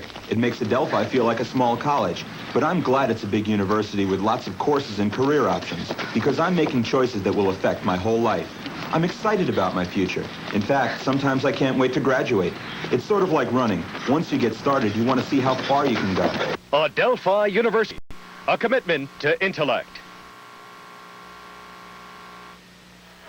Back here at St. John the Baptist High School, Carl Royden, now joined by my halftime guest, the athletic director at St. John the Baptist, Ron Alfieri, now in his second year, and you've got to be pleased with the scoreboard, 7-0 in your favor on homecoming. Well, I'm thrilled. I'm happy about the way the team's playing. I'm glad that both teams are playing well. I'm glad we got a great crowd, very enthusiastic, and hope we have a good second half. Let's talk a little bit about what you've done here in the 2 years. One of the youngest, you might even be the youngest athletic director on a high school level here on the island. What have you changed so far, Ron? What are your goals long range? Well, one of the things I'm trying to do is that everyone knows about football, basketball, baseball, and some of the major sports. I'm trying to give a little recognition to some of the other sports. We have something we put out every week called This Week in Sports, where it lists the score of the girls' tennis game and how our girls' gymnastics team did. And it may not seem like much, but the girls and some of the other boys' sports, they appreciate it. And it doesn't hurt, and it helps everyone feel like they're more part of what's going on around here. Last year there was a lot of talk about the Catholic League Basketball League going by the wayside. Are we going to see that league? Is it going to remain intact? What's the situation with that? It better be. It would be a real shame. You know, there's a few agitators out there who like it on the other side of the fence, or are trying to get on the other side of the fence. We really have a good thing. You see by this game and by all the football games we play, it's very competitive. It's great for the kids. Basketball, baseball, soccer is no different. I would really hate to see that day, but I don't think that day would ever come. At least I hope it wouldn't. Now, Ron is the master behind the ordering of 1,100 hot dogs here on homecoming. How are hot dog sales going today, Ron? Well, I got a halftime report that we're 250 in, and people will buy a lot of hot dogs. I have a 4-for-1 sale at the end of the game, and I've already promised the crew of Cablevision 20 hot dogs apiece if we run out. We have about 1,000 people here, and everyone's got to buy a hot dog. When they come in, they pay for the hot dog, so I think we'll get rid of them without any problem. Homecoming really is a special day, isn't it? It's great. We had a pep rally on Friday. Everyone was real disappointed we couldn't get outside because of the rain. We had it in the gym, and the walls nearly fell down. It was loud, it was enthusiastic, it was exciting, and it's nice. We get some alumni back, we get a lot of our students here, we get a lot of our faculty. It's really a nice day. It's a day like no other day that we have here during the school year. Why did you pick this day against Chaminade? Any particular reason? No. Come on. It's a great rivalry. We played them last year. We were hoping to do well. It's late in the season. You can't have homecoming in September. And we thought we weren't going to play any other home game in October. So it was the only date that we had, Carl, honest. Okay, I believe this guy. Now, let's look a little bit ahead. He will begin his third year as the basketball coach here at St. John the Baptist. Give me a little preview. How's the club look? We're good, and we're young, and we're going to lose a lot more than we did last year. We are going to try to play a lot of tough games. We're going out to East Hampton and playing Kenny Wood and his gang of marauders, and we're we're going into the city. We're playing in Monsignor King tournament. We're playing some real tough teams. We're going to Amityville tournament with Bridgehampton and North Babylon. We're playing tough, top competition. Then all we have is our league.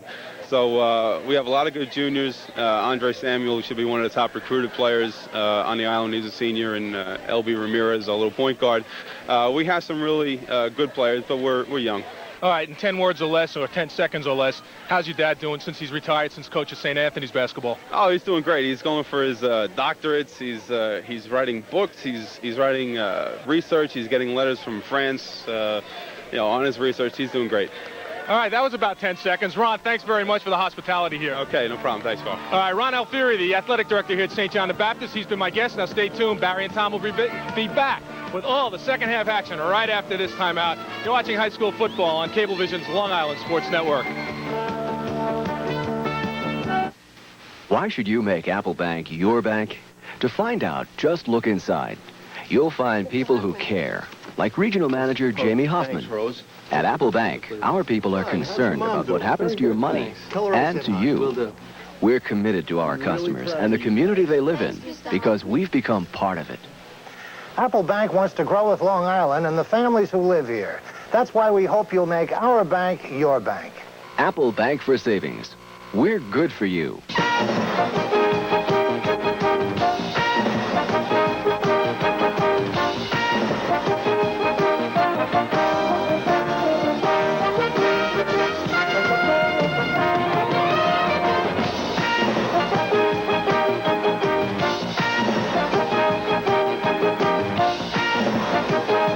Games people play. It's a hit. Newbridge Road, Belmore. Call 785-HITS.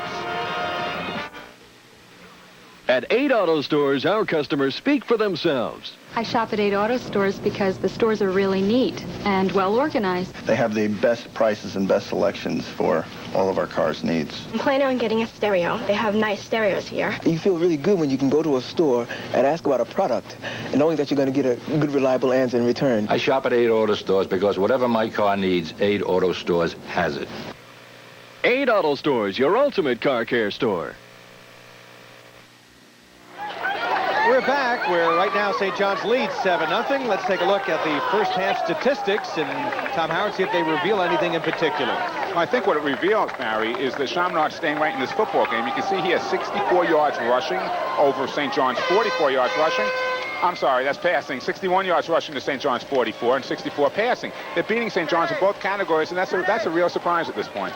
Well, they have come up with some big plays. Their first downs, especially late in that first half, able to move the football without Dane Kruzalevich. Let's look at a couple of plays in the first half, and I believe first we're going to see the only touchdown of the first half as Glenn O'Connor throws a touchdown pass here. Okay, see Glenn O'Connor coming back. Billy Seiler came down. He made a cut across the middle, and he's going to go up in the air, make a beautiful catch. Nice soft hands over the middle. He was guarded the whole way. Number 34 was right back there with him. That's Chris Carew, and he still made the catch. Then a little bit later on, an unfortunate play, an accident occurred in which Dane Kruzalevich, the fine tailback, was injured, and he's out of the ballgame the rest of the way. He took a toss coming around the right end, and as he's coming around, you'll see right there's a clip on the play. The ref pulls out his flag when he sees it and throws it. Dane cuts right into it and gets the bottom part. A lot of people don't realize that the flag has a very heavy metal piece in the bottom, and it went right in his eye, and he's in the hospital right now, and hopefully he'll be okay. Individual stats in the first half for St. John's rushing the football. Brian Fulton, the Catholic League leading rusher, held to just 30 yards and 12 carries. Chaminade getting excellent running for McKenna, 7 carries for 42 yards, filling in for Dane Kruzalevich. And that's just it. He's filling in. He's a flanker. He moved to tailback. He's a second backup to Dane Kruzalevich, and he's done a real fine job out of that position. I think, though, the second half what we're going to see is Brian Fulton carrying the ball more to the inside. They're going to get away from the speed option. They're going to start going to the lead option, and Brian carrying the ball off behind the blocking of Kenny Zach. What makes the Chaminade effort that more impressive is that John Carl, perhaps their best defensive lineman, isn't even playing in this game because of an injury. And on top of that, Kruzalevich being out, they've really played a pretty solid first half. Coach Bill Basil told me his 2 best ball players are Dane Kruzalevich and John Carl, and neither of them are playing today. All right, kick coming downfield. Brosnan takes it at the 15-yard line to the 25. Nice return as he gets up to around the 37-yard line, where it'll be 1st and 10 for the St. John's Cougars, who came in with a record of 3-2 overall. And there are the total stats, as you can see. Total yards, Chaminade surprising people there, as we mentioned, with more yardage than St. John's in that first half. Again, though, it shows you what stats mean. 125 yards they have, but they haven't put a point on the board, and that's what really counts. And out over the ball right now for St. John's. Rich Chaco, number 56, the center. Zach, number 44, is the fullback. Zach gets the call. Quick hitter off the right side of the line. Again, they go to that side. And he blasts his way up to around the 43-yard line before he was stopped by Manny Diakomokas, the 5'7", 165-pound senior out of Manhasset. If you could say that name quickly 5 times, Tom Howard, I'm going to give you $5. They're going right behind Joe Callahan and Bob Lane on the right side of the St. John's line, and that's where they were successful in the first half. 2 times they were stopped when Manny moved over there later in the second quarter, but I think that's where you're going to see him attacking it. Zach is a good rusher, an all-league defensive end, converted to the fullback spot. And again, Zach gets the call, so they're going to the fullback, trying to punch it out up the middle. And he gets to the 46 before Martin Wade stopped. It'll be a 3rd and 1 situation. Big play here, and I look for either Brian Fulton carrying the ball behind Kenny Zach's blocking off the right side, or possibly giving it to Kenny again in the exact same position. Maybe the inside veer, which he ran very well earlier, cutting back to the inside off the center. John Doran is checked into the lineup at the left guard spot, number 58. He'll rotate in on plays. Let's call it 3rd and 2. It's a little bit more than 1 from the 46-yard line. Quarterback sneak, and Glenn O'Connor fighting for the first down. I don't think he got it. Don't think so at all. I think he got stuffed right there, and that was a quarterback sneak from the word go. I mean, that was a design play, and I just don't think Glenn O'Connor, he's going over his left guard, Anthony LaLaughlin, I don't think he made it. Jim Candy submarining the play, number 51. He's a happy young man right there. He certainly is. He did the job, and that's exactly what you have to do. This is going to give Chaminade a big lift. Again, they're in the ball game as far as they're concerned. They're coming here to win. They lost 10-0 to Farrell. They were in that game. They lost to Holy Cross last week. And this time we'll get the kick away for Billy Seidler, averaging 33 yards a kick. Look at this boomer. Out on the 6. Out of bounds inside the 10. Excellent kick by Billy, and we know we have a crosswind here, and I'm surprised that Chaminade was playing. They had two deep backs in the middle of the field, and there's a strong crosswind to Billy Seidler's right, and that's where he kicked it out of bounds on the 6-yard line. You know, Bill Basil's club had that chance in the first quarter. When you have an opportunity against a solid defense like St. John's, you've got to cash in on those chances. You're not going to get too many. You really don't. I used to tell my teams to call timeout when we got inside the 10 because I wanted to tell every player, you get down here one time in a game and we have to score, and don't make any mistakes. 46-yard punt. No return. Gil Martin comes out at the bottom of your picture as a wide receiver. Single coverage there. Now they line up with 2 men to that side. McLaughlin in motion. Pitch coming to McKenna. Looking for a block. Did not get it from Gil Martin. Kevin Gil Martin stayed with his man beautiful for 5 seconds, but he let go right when he was coming around the end there, and that was very difficult. He made a nice block for 5 seconds, but the 6th second when it really counted, he didn't stay with the block. Good defensive job by Brian Brannigan, number 22, as we watch on the replay. Okay, you see Kevin coming out here. You see Kevin Gil Martin staying with his block, and he just let the man slide off. Now, Kevin McKenna also has to read that block, okay? Kevin Brannigan did a good job fighting off the block to make the tackle. So it's 2nd, and let's call it about 5. McKenna again getting the call. Look at him spin, still on his feet, and look at that pileup. Well, that was red shirts. On the second effort there, Dave Marone jumped in there and made a hit, and you're just not going to move. When you're Kevin McKenna's size, 5'10", 170, you just can't go on a 6'4", 240-pound All-American prospect. McKenna runs the 40 and under 5. He's 1,200 on the National Honor Society, 1,200 on the boards. Nasty when he wants to be, they say about number 99, and that's why, according to John D., whose own son is a Division I player and playing up at University of Connecticut, David Marone is the biggest recruit this school has ever had, bigger than Joe Gagliardi, who was, of course, the player of the year and went on to play at Tulane and Rutgers. That's true. And when you look at his size, you know why Dave Marone is. They have college scouts from all over, and he's made his choice already. It's either going to be Notre Dame or Penn State, and that's it. McKenna will not get the first down as he tried to go off the left side, shut down by St. John's. And he was shut down by Chris Stiso, number 50, the end from Brentwood. There's a young man, 6 foot, 200-pound senior. One of the advantages, Tom, that the Catholic high schools have is they have youngsters come from a wide variety of areas. Brentwood has always been a good area for St. John's. The North Amityville, Massapequa area as well for St. John the Baptist. They've made a living on the backs. I live in Amityville. They've made a living on tailbacks coming from the Amityville area. The Sperlings have been here. Right now you have people like Ryan Fulton here, and they have a great one coming up next year also. Being to do the punting line drive kick as he was rushed, but it'll take a pretty decent bounce, go out of bounds, up and around the 44-yard line. So the Cougars will get excellent field position, being under pressure, and that was more of a line drive than anything else. That was, and it's tough. Again, the wind is playing havoc out there because it's coming as a crosswind, and you really don't know which way it's going to go, and it just started swirling when he went back to punt, so it's difficult. The quarterback, Glenn O'Connor, is 4 for 10 in the first half. 1 touchdown, 1 interception. He'll bring his club to the line of scrimmage. Again, Zach and Fulton are the running backs. Okay, now they have a strong set this way to the tight end side, so I see them coming, the bootlegging back the other way. A little waggle action. Looking toward the sideline of the big tight end, Billy Seidler has the first down about at the 30-yard line. They overloaded to the tight end side, and all they did is they bootlegged back and dragged Kenny Seidler about 15 yards across the field, wide open there. So Billy Seidler comes up with a catch as we watch again here, and a nice bootleg. See, fake to Brian, he's coming, he's waiting for Billy. Billy's coming across, and you'll see him in a second. Number 14 clears out, and there's number 89, Big Bill Seidler, coming across, making a nice grab. He blocks like a ton, too, and that's why a lot of the Division I schools interested in him. He's got excellent grades, and Northwestern, one of the schools, very interested in him. This time, Fulton diving, a flag is dropped on the play. Could be a holding call. That's the referee who throws those holding penalties, and that will really send St. John's back, because they're starting to get their offense clicking now. They can't have those mistakes. Scott Malika on the tackle, as we'll get the word from our official. There's the hold.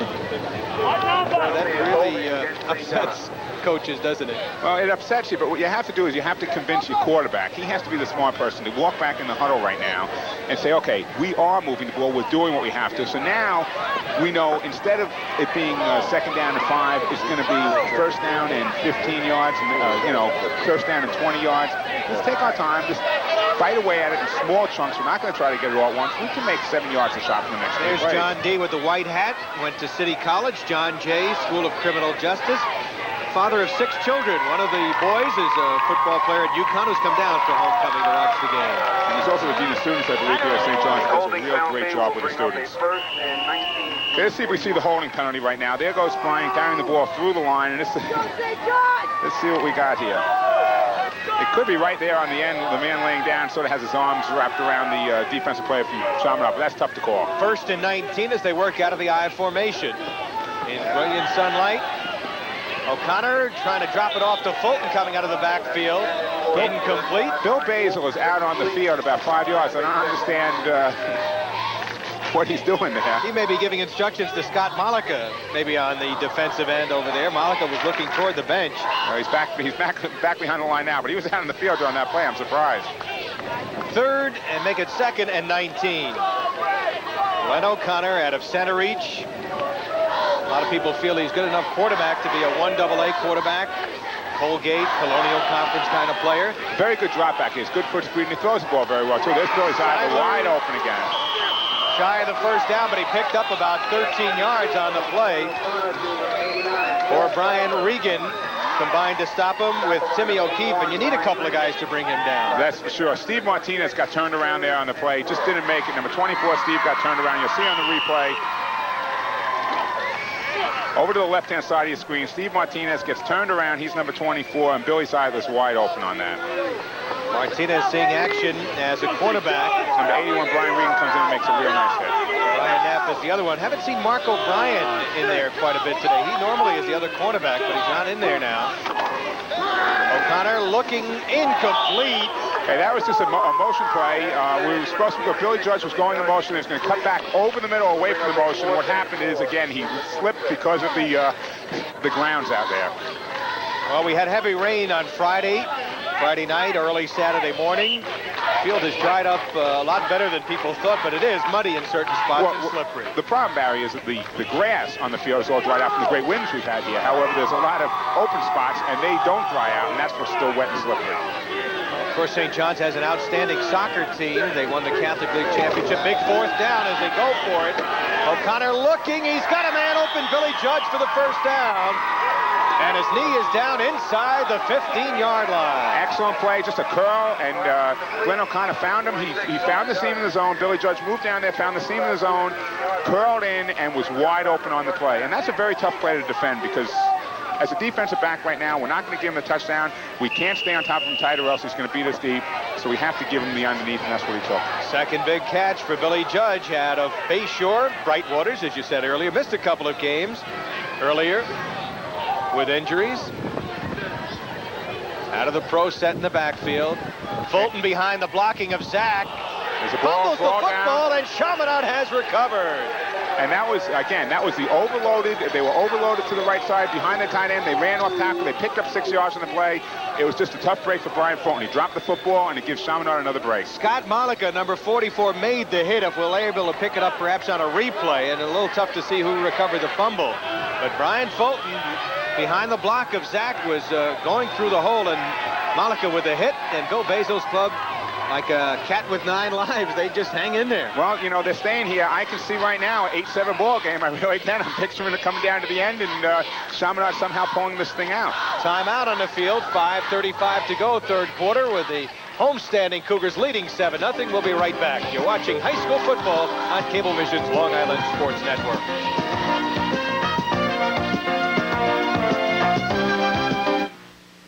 Jerry, your bank is very innovative, coming up with one of the lowest rates on Visa around. What else is new? Well, for one thing, Barry, you can't beat our Apple Bank Family Program. What's so special about it? When you join the Apple Bank Family Program, you may never have to fill out another application for credit. That is special. It sure is, and of course, we still have one of the lowest annual rates on Visa. It's a real money saver. Apple Bank for Savings. We're good for you. We're back. Barry Landers along with Tom Howard, Carl Roeder, as St. John's stalled on the drive. As right now, Chaminade will put it in play first and 10 to the 12-yard line. Seems the last 5 times they've had the ball, they've been backed up at their own goal line.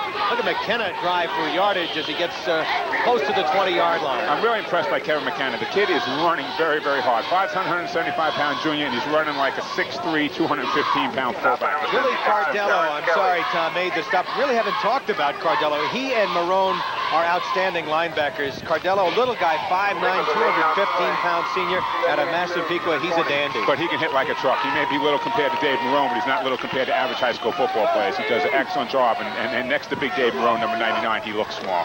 He's about 8 inches smaller. So, on second down, quarterback Kevin Crosby faking under pressure. They had a blitz, and he's taken down.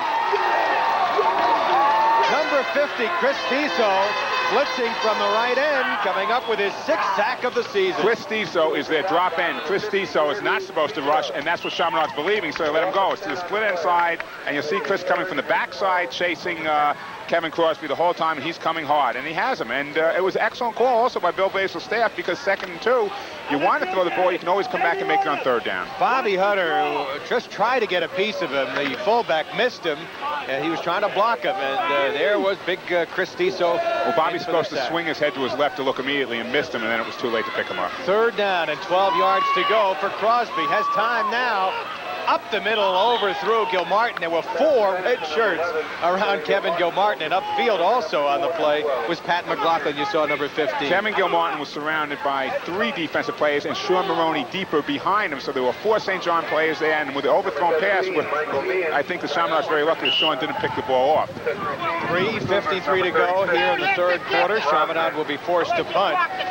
They've been backed up, as we said. They really haven't had good field position since their first drive in the first quarter. That's true, and that's a key that I felt at the beginning of the game for Chaminade to win. They'd have to have a good field position, and they're hanging in there even with a poor field position. This is a very big punt here. Meehan had a poor kick his last time up. That'll bounce at the 40 and takes a good bounce. It'll be picked up by Brosnan, but unfortunately slipped out of bounds there at around the 45-yard line. He tried to tightrope there, and he just couldn't do it. Let's take a look at that last pass attempt, okay? what's happening right now is that Kevin Crosby is dropping back, he's in the pocket, he's setting up, and when he has good protection there, but he's coming down the middle, and you can see all the jerseys that are surrounding Kevin Gilmartin there. He has 3 players around him, 50, 20, and 99 Big Dave Marone are all in the area. Back it up, guys. Cougars again with excellent field position at the 45-yard line. Richie Chaco, the center. The guards are Robert Lane and Anthony LaRocca. And the tackles Joe Callahan and Robert Dietrich. Sack again, the first man through gets the call. And he picks up about 3, maybe to the 42-yard line.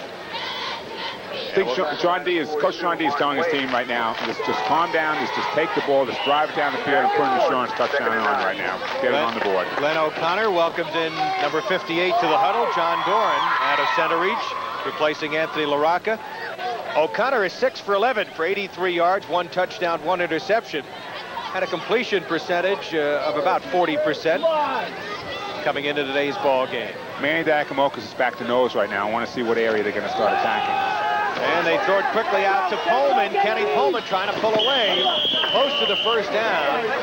Finally taken down by Steve Martinez. Now, Steve Martinez is not a starter. He's in there. They picked on him last time. I wonder if they're going to start picking on him again. First time they've gone to Kenny Pullman, who is one of their leading receivers. Yeah, Big Ken Pullman, 6'1", 185. You see, he comes out here. All it is just like a Dallas screen almost. 5 yards to stop. You turn in, you look. There are no blockers out in front of him. He takes the ball and he fights his way for an extra 5 yards. Tom, the play will be negated on a holding call against St. John's. That's the second one they've had that stalled a drive. Talking about Kenny Pullman, he's an outstanding baseball player. Another boy out of Brentwood, shortstop on the baseball team. Real fine athlete, lacks sheer foot speed. Other than that, he is a very fine receiver, possession type. Well, he's a fine athlete, as you said, Barry. He's the backup quarterback. And whenever you take a split end and you move him into backup quarterback, you know he's a great athlete. Pullman had 2 touchdowns against St. Anthony's last week. So it'll be 2nd and 19 as they mark it off back to the 46-yard line. Hope you're enjoying the action on the Long Island Sports Network, wherever you're watching on Long Island. As Glenn O'Connor barks out the signals, working out of the I formation. Good protection to the sideline, wide open, intercepted on the far side. Picked off by, I believe, Brian Knapp, number 22. That's correct, Barry. That's who it was, and it was just an overthrown ball. Brian was playing back there.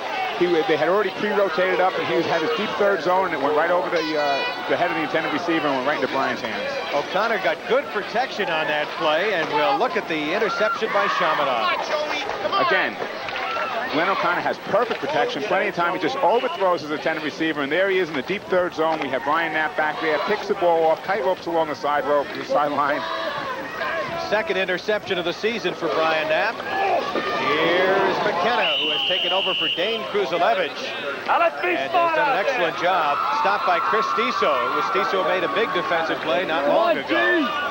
This is the field position that Chaminade needs right now. If they don't capitalize on this drive, they really are going to have their backs against the wall. Even though it's only a 7-0 game and anything can happen in the last quarter, they need to assert themselves at some point, and I believe this is the time they have to do it. They got the ball by midfield, they're going to have to capitalize. Gil Martin at the top of your picture lines up as a flanker, has single coverage over there. Let's see if they go to him. No, instead the pitch comes to McKenna.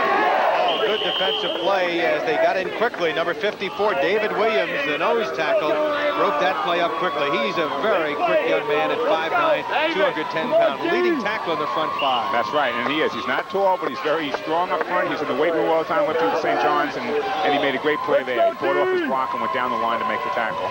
Interesting call here. It's obviously a passing situation, 3rd and about, let's call it 8. I think, Barry, before Bill Basil wanted to mix things up, this half he's been coming out and he's not mixing things up, and St. John's knows what's happening and they're able to stop it. Now you're not going to be able to mix it up. You have to go for the first down. Running for his life over there. He throws, and it's almost intercepted. Good coverage on the part of the St. John's Cougars. Defending on the play was Sean Maroney, number 15. Almost had it as it bounced out of his hands, but the receiver was well covered. That's right, he was well covered. And he dove, Shaw made a great play, diving back in there, trying to pick the play off. It's 4th down. The only thing positive that Chaminade can do right now is get a good kick and try to get St. John's backed up in poor field position. Well, you mentioned Maroney had 2 interceptions against St. Anthony's earlier this year, has 3 overall on the season. This club with 11 interceptions, this defense, and 22 sacks. 22 sacks, 11 interceptions. Players on the defense like Dave Marone, Pete Dragotta, Chris Stiso, they have just a great defense, and they're showing that today, shutting out Chaminade. Me and end over end. And Brosnan had trouble with it at the 26. He's to the 40. Good return of about 15, 16 yards. And St. John's will have, again, decent field position. That was a good tackle right there by number 45, Bobby Hutter. Bobby came up and made a nice open field tackle right down around his legs. So St. John's, which the last 2 weeks had their offense running rather smoothly, having some problems trying to get on track. Today, let's go down on the field. Carl Reuter. All right, thanks very much, Barry. You know, standing here on the sidelines, you count the number of cheerleaders for St. John the Baptist. Well, they number 68. When you look at the roster for St. John's, they total 48. So that comes out, with quick mathematician that I am, about 1.31 cheerleaders cheering for each individual St. John the Baptist player. Barry? All right, Carl, well done. Bill Judge was the intended receiver on that Glenn O'Connor pass. Slightly overthrown. And, you know, you've got to judge the wind. How important, Tom, is that for the quarterback to be able to read the wind in terms of which way it's blowing, how to judge your passing? I don't think at this point the wind is that strong. It's a nice crosswind, but I don't believe with the arms that both quarterbacks have, Glenn O'Connor and also Kevin Crosby, the wind is going to make that much of a factor as far as that goes. He overthrew his receiver that time by 5 or 6 yards. That wasn't the wind. That was just an overthrown pass. This time, Kenny Pullman and Bill Judge come to the near side in a slot formation. Pro set in the backfield.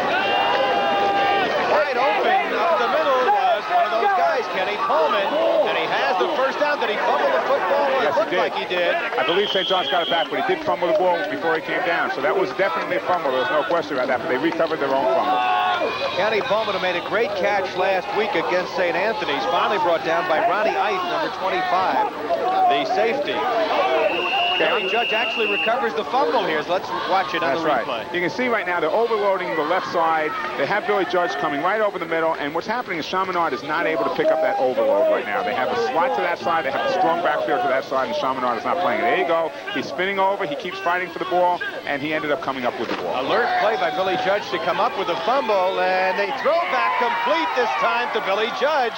So Billy Judge comes up with the play, and the quarterback says, okay, I'm going to call your number now. Exactly. I tell you, I'm really glad to see Billy Judge did decide to go to St. John's, because if he ever went to Bayshore, I think I threw 4 passes in 14 years at Bayshore. He never would have received the ball. He made the right choice to come here. Tom Howard, a defensive coach. You had some big guys at Bayshore over the years, Tom. Well, we have right now 5 players playing Division I football right now, and every single one of them, ironically, are defensive linemen. So you can tell our mentality. Tom Howard. That's the end of the third quarter with St. John's on the move, but apparently they're not calling timeout. There's no time left on the clock, but they're continuing to play, so let's go back to the field. The clock must be kept on the field by the refs right now. There's probably something wrong with the scoreboard. Bolton blasting inside the 20 to around the 17-yard line. You know what I picked up, Barry? The game plan has completely changed on each side. Right now, Chaminade is being caught off guard. St. John's is mixing up their plays. In the first half, Chaminade was mixing up their plays. And on that play, the third quarter will come to an end. The teams will change sides, and we'll be right back. Right now, St. John's leads Chaminade 7-0. You're watching high school football on Cablevision's Long Island Sports Network.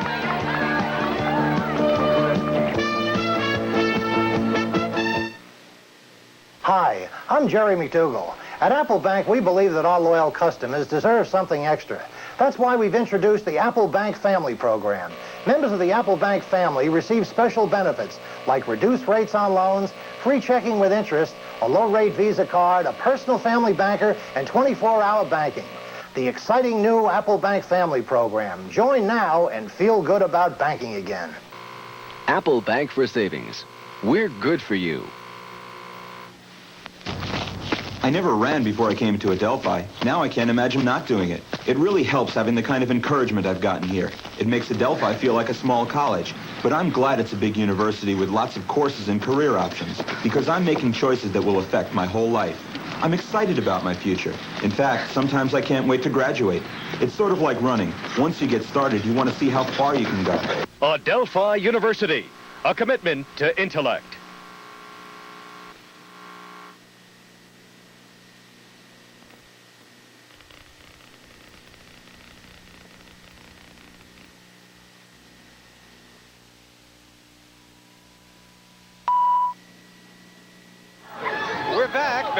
And Tom Howard as we begin the fourth quarter. St. John's on the move, leading by a score of 7-0. And Chaminade defense being tested right here in this drive. They certainly are. The Chaminade defense coordinator is Bob Nelson. He's done an excellent job even keeping them in the game. Again, he's a former head coach here at St. John's 2 years ago, but he's doing a great job right now with this defense. Let's see what can happen. Glenn O'Connor faking, in trouble, being pursued, looking downfield, throwing into the end zone for Billy Judd. Touchdown! Excellent job scrambling on that play. What happened is number 53 from Chaminade, that's Matt Lasky, just overran the defensive tackle, overran the pursuit, and allowed Glenn O'Connor to get out around him, and he had the time to throw the pass. Brian Regan was also chasing that young quarterback, who, as we mentioned earlier, a lot of people feel in the Colonial League he could play several positions. Might not be a quarterback in that league. Could be a good Division III quarterback, a lot of people feel. Without a doubt. He wants to go that way. He really could be.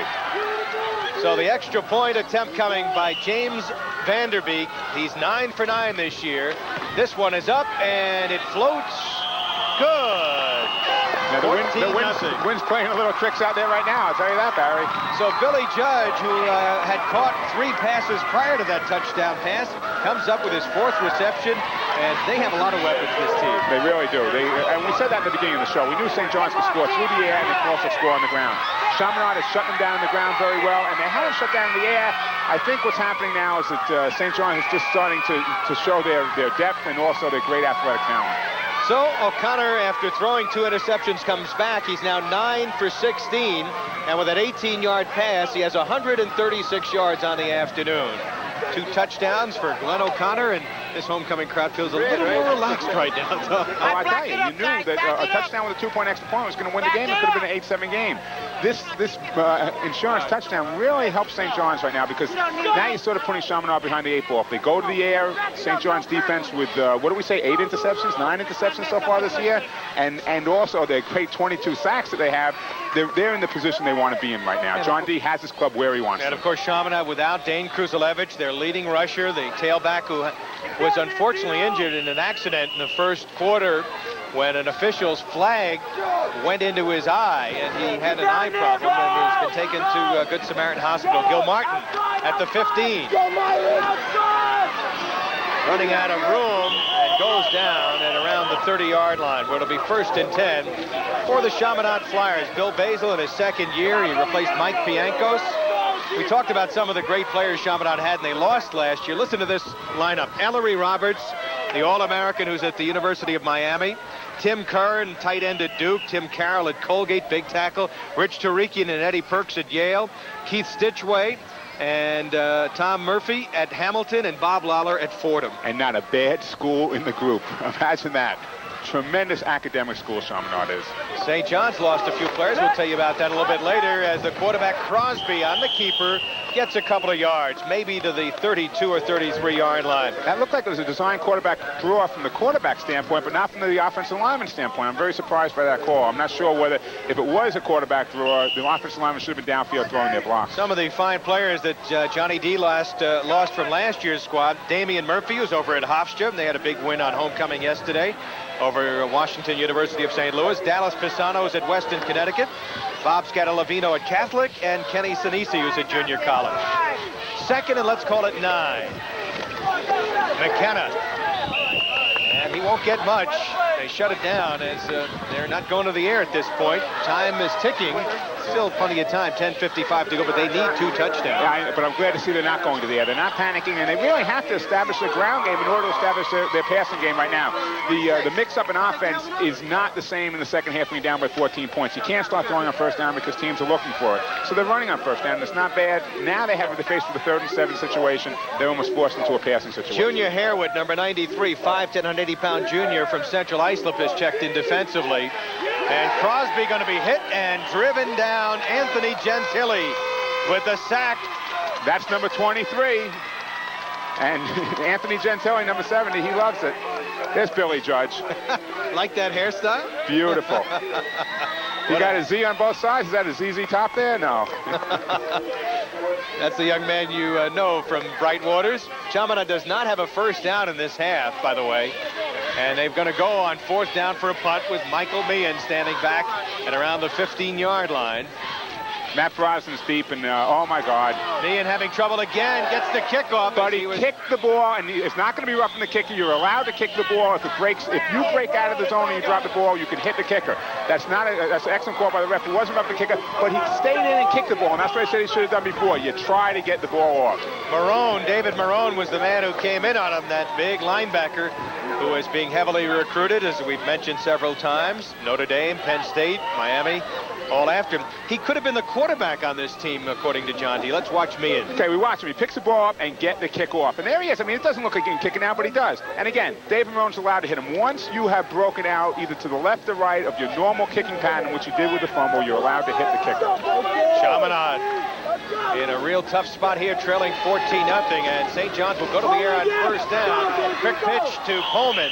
He doesn't get much, maybe to the 40-yard line. Martin Wade, number 42, was defending. And let's go down to the field. Carl Reuter standing by. All right, thanks very much, Barry. You saw the Z's before on Billy Judge. Those weren't Z's, they were lightning bolts. He said it was a quiet storm that was ready to erupt. And, of course, there is the scoring summary with Judge on the 18-yard pass. And, of course, the towels on the back said, "See you later." It was Kenny Pullman and Billy Judge. I said, "What is the see you later?" He said, "That's when we catch the ball. All the defensive back sees that towel saying, 'See you later.'"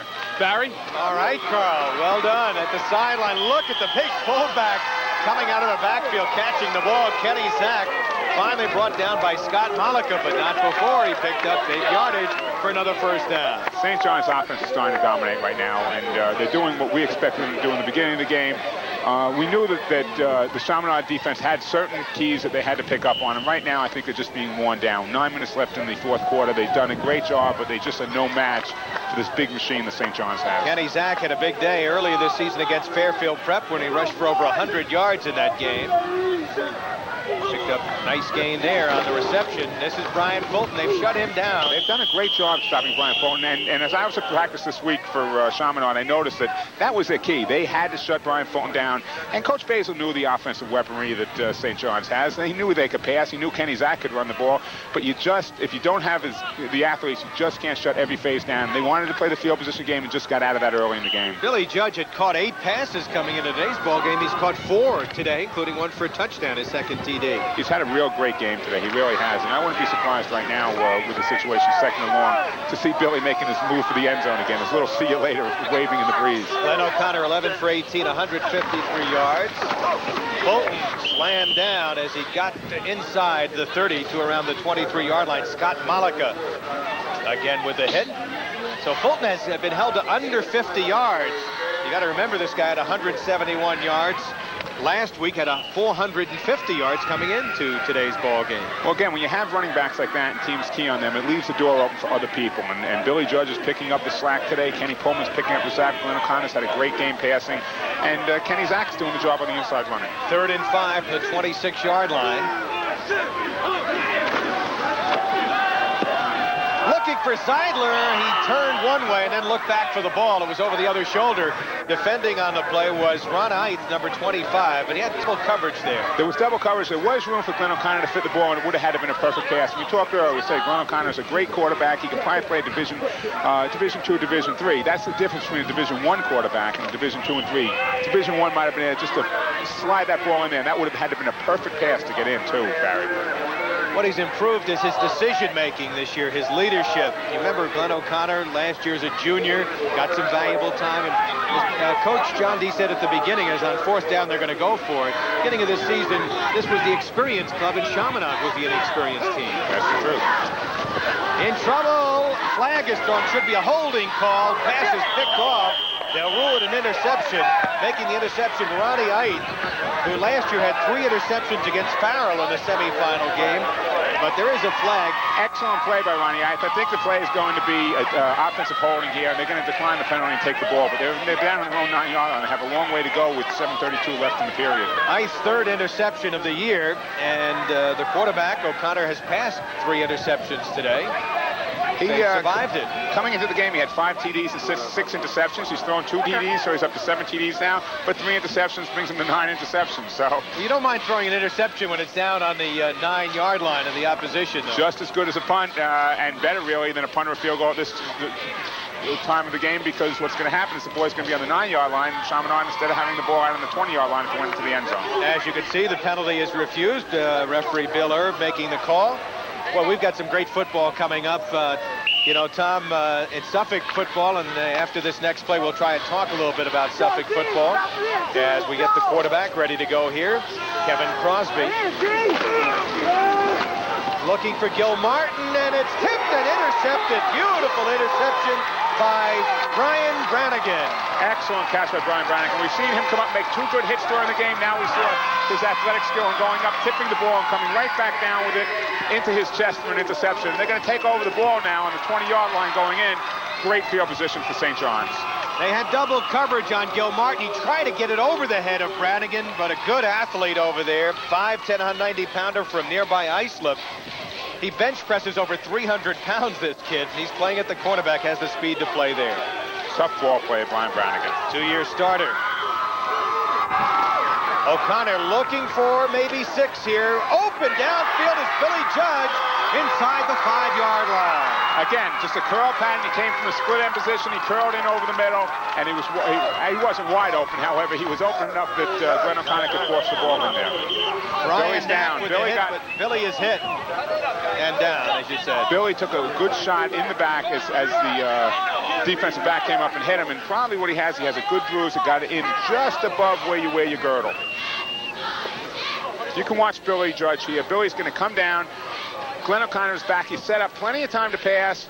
Stays in the pocket beautifully. Throws a nice tight spiral. Billy turns in wide open. He takes a hit here, but here comes the hit that's going to hurt him. Right there on top. The second man coming in who made the hit put his helmet on Billy's back right by the kidneys. Brian Knapp made the initial contact. Number 22 couldn't pick up on the replay who the second man was. But right now, Chaminade with their backs to the wall. It might have been Chris Carew. I think it was Chris Carew coming in from a strong safety position on the second hit, and that's the one that injured Billy Knapp. I'd like to thank the athletic directors of both schools for their fine support over here at St. John the Baptist. Ron Alfieri, and boy, they really make you comfortable over here, don't they? They certainly do. Great situation, great school. A lot of fine tradition here also. And Ron has done a superb job building up the school spirit here at St. John the Baptist. Of course, the athletic director for so many years at Chaminade was Jack Moran. That's right. And his son, I believe, is one of the assistant coaches over at Chaminade. I believe he is, you're right. So we're just about waiting for play to resume, and let's take a look at the upcoming schedule. And Tom, when we do, I'll try to get your opinions on some of the football games we've got coming up. There's the volleyball doubleheader coming up this week. And the big football game, Farmingdale against Hempstead. One we're all been waiting for. And following that, we also have a Garden City game coming up in November. What about Suffolk football, as the Billy Judge is apparently okay? What's been happening out here? Well, basically, we have in League One, we have Sachem with a 3-0 record, 3-0-1. And they have Floyd and Connecticut with 2-2 right behind them. I think Sachem clinched the championship in League One. League 3 is going to be League 3 and League 4, the ones I want to talk about in a second when we get a chance, Barry. First and goal for quarterback Glenn O'Connor as he sends a man in motion. Zach diving will not get in. Flag, however, on the play. And let's see what it will be. Could have been a man in motion. They had brought into the ball game Kurt Auletta, number 46, replacing Billy Judge. Auletta is a 5'10", 185-pound senior from Ronkonkoma. Tom, do you see the infraction? It looks like it's going to be... Whoa, no, but I just saw the ref get stepped on and then punched right in the face. Well, that's a coach's dream watching that happen. Now, do you think that might have been tit for tat after what happened to Dane Kruzalevich? I won't pick up that. Illegal motion is the call. Back at the 8-yard line, they'll put it. So it'll be first and goal at the 8-yard line. Kurt Auletta lines up in a slot left formation. Throw set in the backfield. Running back split. O'Connor. They're running the lead option there as opposed to the speed, which they're running early in the game. They had somebody right on Brian Fulton. Glenn O'Connor decided to cut it up, but they have people mirroring Glenn also. It's going to be very tough to run that play. 6:25 to go. Loss of a yard on that play.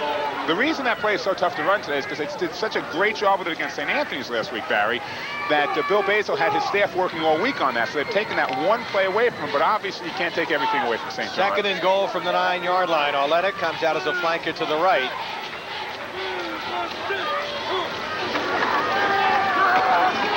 O'Connor looking in the end zone over the head of Kenny Pullman. A lot of white and red numbers over there. Pass over the head of Kenny Pullman, who's a 6'1", 185-pounder. They had Mark O'Brien covering him and also Ron Eifers back there, so they had two defensive backs covering that play. That wasn't going to get in. Pullman, by the way, was one of their leading receivers, as we mentioned earlier, had 3 touchdown passes, 3 of the 6 that had been thrown by Glenn O'Connor. And, of course, Billy Judge come up with a big one, along with Billy Seidler today. So you've got 3 good receivers, plus the running of Brian Fulton and Kenny Zack. Certainly do. Again, they have a great offensive weapon, a great offensive attack here. O'Connor from the weak side being chased, throws on the run, and it's incomplete. They were trying to set up a screen over to Kenny Zack, number 44 on the right-hand side, but they just didn't have time. Somebody should have controlled number 51, which is Jim Canty coming in, and no one gave him a brush block. Okay, we're going to see here Jim Canty coming in from the right-hand side of your screen. Glenn O'Connor sets up nice, but here comes Jimmy Canty coming in, and again, someone should have brush blocked him. He was trying to set up a screen to number 44, who's a big fullback, Kenny Zack, in the flat, and it just didn't happen. Tom, in the pro rules, that might have been called in the grass, and they might have called him. How do you feel about that? Do you like that rule? Or we're out here to play football. And let me tell you something. In the grass, from the pros, you're paying those guys $1 million a year. You may have to protect them, but not in high school football. You're out to play football. Nobody gets protected. Penalty is on St. John the Baptist.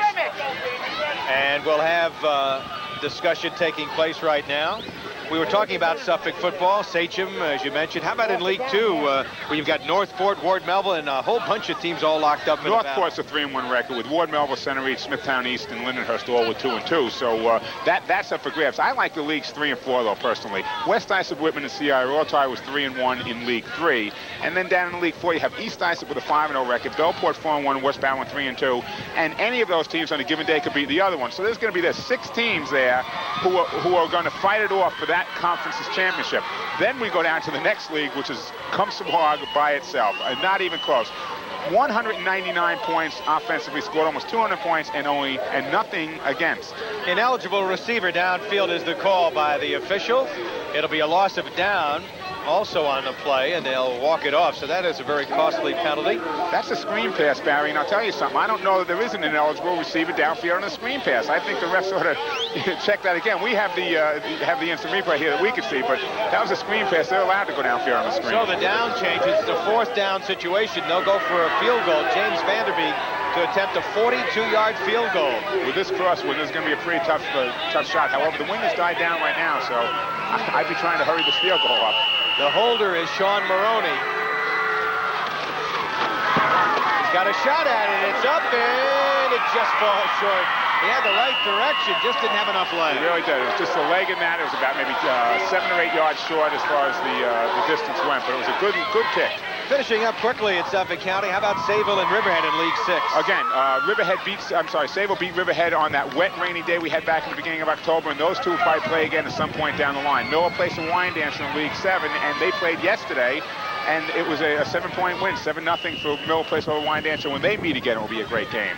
And then you round out with Southampton by itself down in League 8. We've got a timeout right now. 5 minutes, 39 seconds left. 4th quarter, 14-0 St. John's. We'll be right back. You're watching high school football on Cablevision's Long Island Sports Network.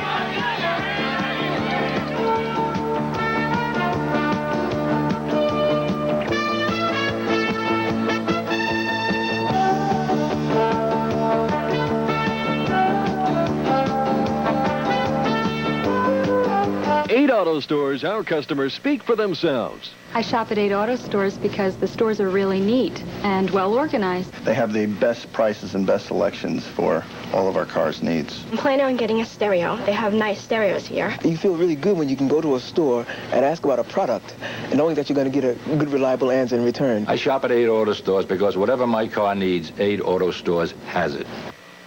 8 Auto Stores, your ultimate car care store. We're back. Barry Landers, Tom Howard back here at homecoming, and a happy homecoming crowd watching the St. John's Cougars look for their 3rd win in a row. Got off to a little bit of a rough start early in the season, but they've been coming on like gangbusters lately. 5:39 to go here in the 4th quarter. They lead it 14-0. Chaminade takes over 1st and 10 at the 20-yard line. Kevin Crosby for Chaminade, 4 for 13 for 64 yards, 2 interceptions.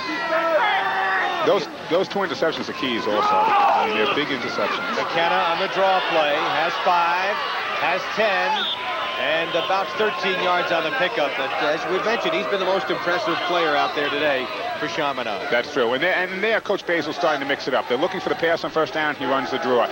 These are the things that he did in the first half to keep St. John's off balance, and he has to continue them, although they're going to have to try to strike. They have to score before the 350 mark, I really believe, in order to be back in the game. McKenna has picked up about 75 yards today in 14 carries. That is impressive against the St. John's defense, which yields yardage on the ground begrudgingly. Especially when he didn't plan on playing the position he's playing right now. All week he's been practicing a flanker. Nice catch by Gilmartin. He paid the price to make the catch. Ryan Brannigan with a big hit. Beautiful grab by Kevin Gilmartin. Pick up the 9 yards on the play, and it puts them in a good position. The 2nd and 1, they can go deep and over with a pass, and if it's incomplete, they can always come back and get it on third down. Over 1,100 people here on homecoming day as Gilmartin, you see, heads out as a flanker to the bottom of your picture. They'll work with a slot left formation there. Pat McLaughlin to that side. Gilmartin nearly collides with McLaughlin, who came back to block, but he's able to pick up about 2 or 3. Kevin McKenna, baseball player, who had his best game earlier this year against St. Anthony's. Fumble. 2 go. Okay, we'll watch on this replay. You're going to watch Kevin Gilmartin pay the price right here as he goes up for the grab, and he really gets wrapped up there, comes down, not only gets hit hard, but comes down hard onto the field. Tough little guy at 5'8", 155. Under 4 minutes to go. Little pump fake by Crosby. He'll go deep for Gilmartin. Brannigan with his 2nd interception. Brian Brannigan had one last week. He has 2 today. He's having a great day in the defensive backfield. I believe that knocks it up to 9 or 10 interceptions now for the St. John's. They had 23 or 24 sacks. Just a tremendous defensive ball club. Well, it was 11 interceptions coming in. I think it's 3 interceptions today. We'll check with Hal, our statistician. And Hal Sass tells me it is indeed 3. You can't 14 beat that interceptions. Defense. Woof. And watch it again as Gilmartin, the intended receiver, never could get to this. Kevin had plenty of time to throw the ball, too. He threw the ball. What happened is he didn't throw it in the out. It was an out pattern. I'm not sure whether Kevin Gilmartin made a mistake in going out instead of curling, or whether Kevin Crosby just threw the ball in the wrong place. So the Cougars put it in play, 1st and 10 at the 49-yard line. Under 4 minutes to go. All they've got to do is hang on to the football here. And they give it to number 32, John Bradley. And he is the player we talked about with tremendous potential, who will replace Brian Fulton probably next year as the tailback of the future. Another Amityville boy. John Bradley's another tailback from that Amityville mold, that St. John's Amityville connection they have there. And he just doesn't get the chance to play. He's a punt returner and a kickoff returner right now, but doesn't get the chance to play for St. John's because they have Brian Fulton in there. John D. likes his future, and he's got a little smile on his face. The daddy of 6 children. Got an up-and-coming player who's going to be in high school here next year at St. John's. Well, I think he knows right now that he has the game pretty well locked up. Up by 14 with control of the ball inside the 50. He knows he can run it out now. Fulton on the inside handoff. Again, stopped after about a pickup of 3. However, we have a flag on the play, and the clock will be stopped with 2:57 to go. Surprised to see a flag there. Again, it's a flag in the position where you're going to have the holding, and the other referee is signaling holding. These are just straight ahead plays. We're running out the clock as an offensive team. There's no reason for holding there. St. John's making some substitutions. Anthony Christian has come in at flanker, 5'9", 175-pound junior from Coram. He's number 80. Starting to also change their offensive line also. Just saw number 74 run into the game. That's Anthony LaRocca. He alternates the guard in and out throughout the quarters. So the walk-off moves it back to their own 46-yard line. It'll be 2nd and 15. We've got a new quarterback. Ken Pullman has moved in at quarterback. He was the end we talked about. Nice pass to Billy Seidler. What a nice target to throw at. Nice soft hands, too. He came across the middle again. He's just running a square-in pattern. He came across the middle, went up, again, up into the air, took the ball, brought it back down. Last time we saw Kevin Gilmartin go up, he had to pay the price. Billy just brought the ball on very nicely. Picked up 15. Again, you see, Glenn O'Connor has plenty of time. Kenny Pullman who's come in. Kenny Pullman, the backup quarterback. I'm sorry. Kenny Pullman comes in, and nice, beautiful pass to Billy Seidler. So Pullman showing that he can throw the football as well as catch it. Man in motion is number 28, Errol Butts. And the whistle blows again. There is a flag on the play. 2:12 to go. So a lot of changes by Johnny D. You've got John Bradley in at tailback. And this is what happens when you start putting your second string in. They're anxious to play football. There's a couple of motion penalties here. There's a holding penalty here. They're starting to alternate people in and out. And rightfully so. You want to give these kids a chance. I see Kenny Pullman's in there, and I'm sure he's in there in case something ever happens to Glenn O'Connor. You want to make sure he has some experience. And Billy Seidel is playing an outstanding game. Comes out right now. He's out of the ball game. Anthony Germano is in as a split end, number 92, 5'10", 160-pounder from Central Islip. Oletta trying to spin away. I also noticed down the sideline that Billy Judge is walking around very well. They have no problems. Glenn O'Connor, and he is a happy young man. He's thrown for a couple today. This basically guarantees St. John's a playoff berth, and they really needed this win. And Chaminade came out ready to play football, but St. John's now has put it away. Well, they showed if you can shut one weapon down, they've got other weapons, and they went through the air, and they got some good running from Kenny Zach as well. Brian Fulton was held to under 60 yards today. Holman throwing, wobbling it, and it'll be picked off by Chaminade. With the interception, Ronnie Ite, number 25. And they'll get one more chance to avoid the shutout here with 1:11 to go. He ran right into Kurt Oletta, and he had the sideline and didn't see and tried to cut back behind one of his blockers and ran directly into Kurt Oletta, the St. John's tackler. Chaminade's fourth interception of the afternoon. Okay, we see Kenny Pullman going back. Plenty of time. He just throws the ball. He doesn't get a lot on it, you can see. Floating through the air, intercepted, and just watch this right now.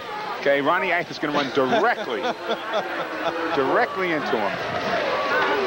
Here's Kevin Crosby being pressured from behind, throwing deep downfield, looking for Pat McLaughlin.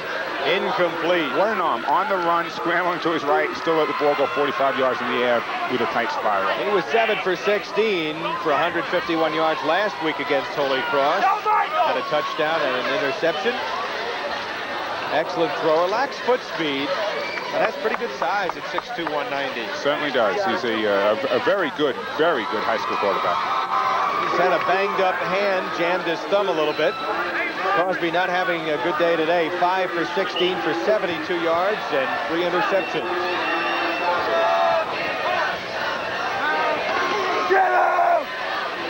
Looking for McLaughlin or Gilmartin. Gilmartin makes the catch at around midfield.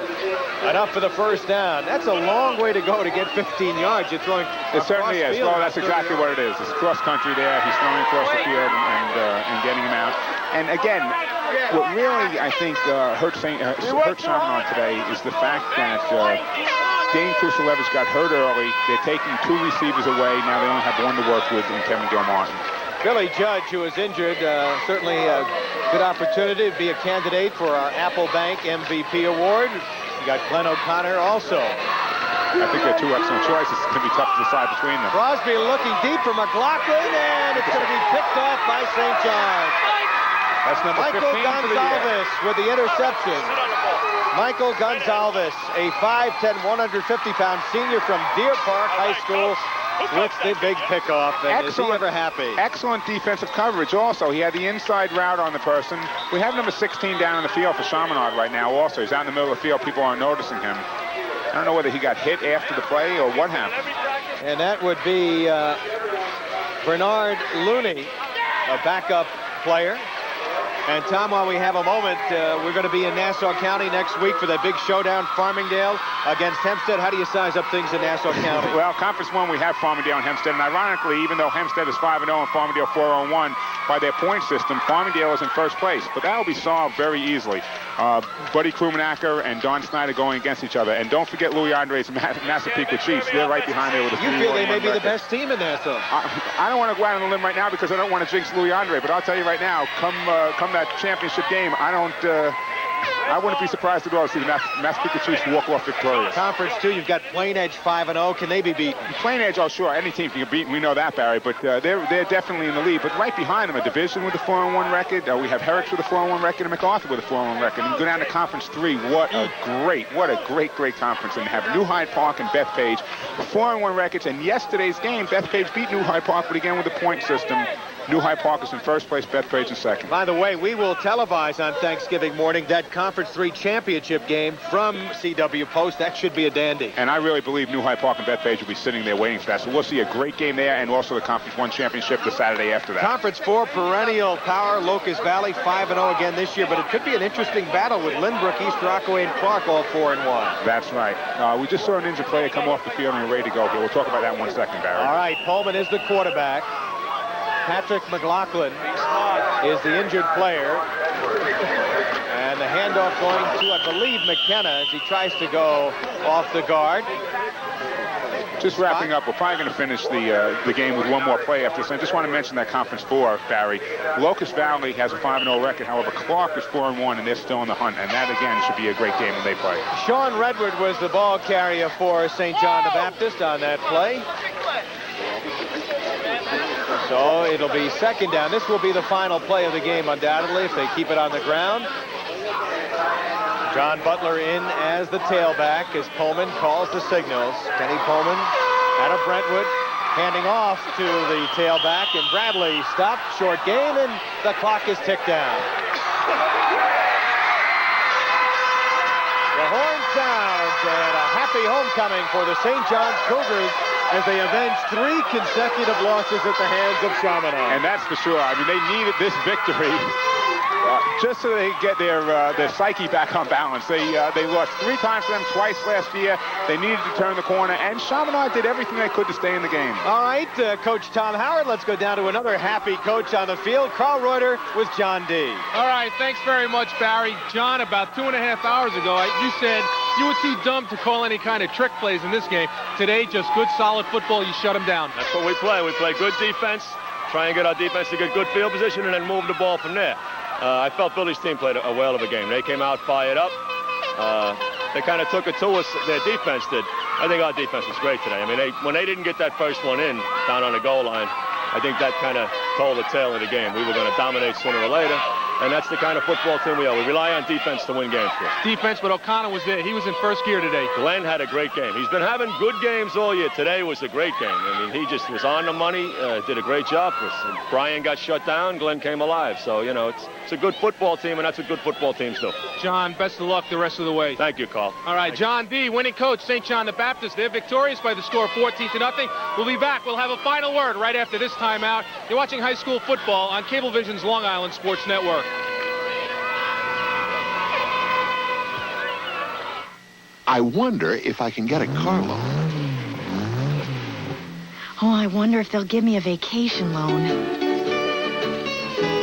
Join the Apple Bank family, and you'll never have to wonder if you can meet your financial needs. You'll get a personal family banker, free, no bounce checking, and more. Join the Apple Bank family and feel good about banking again. Come in or call Apple Bank for Savings. We're good for you. Excuse me, where are the kitchens? I don't know. I work in plumbing. Excuse me.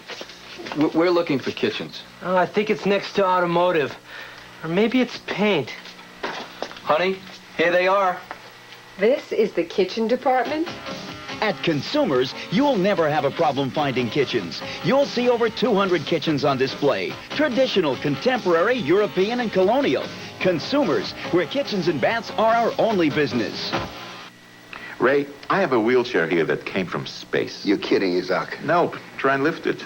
Oh, it's light as a feather. Well, perhaps a heavy feather. It's made from super light material developed for space vehicles. Weighs half what a standard chair weighs, and it's just as strong. Must be a lot easier to maneuver, fold, and store away. Exactly. Well, on that note, I'd say it's another down-to-earth benefit from space. Space technology. This is what's in it for you.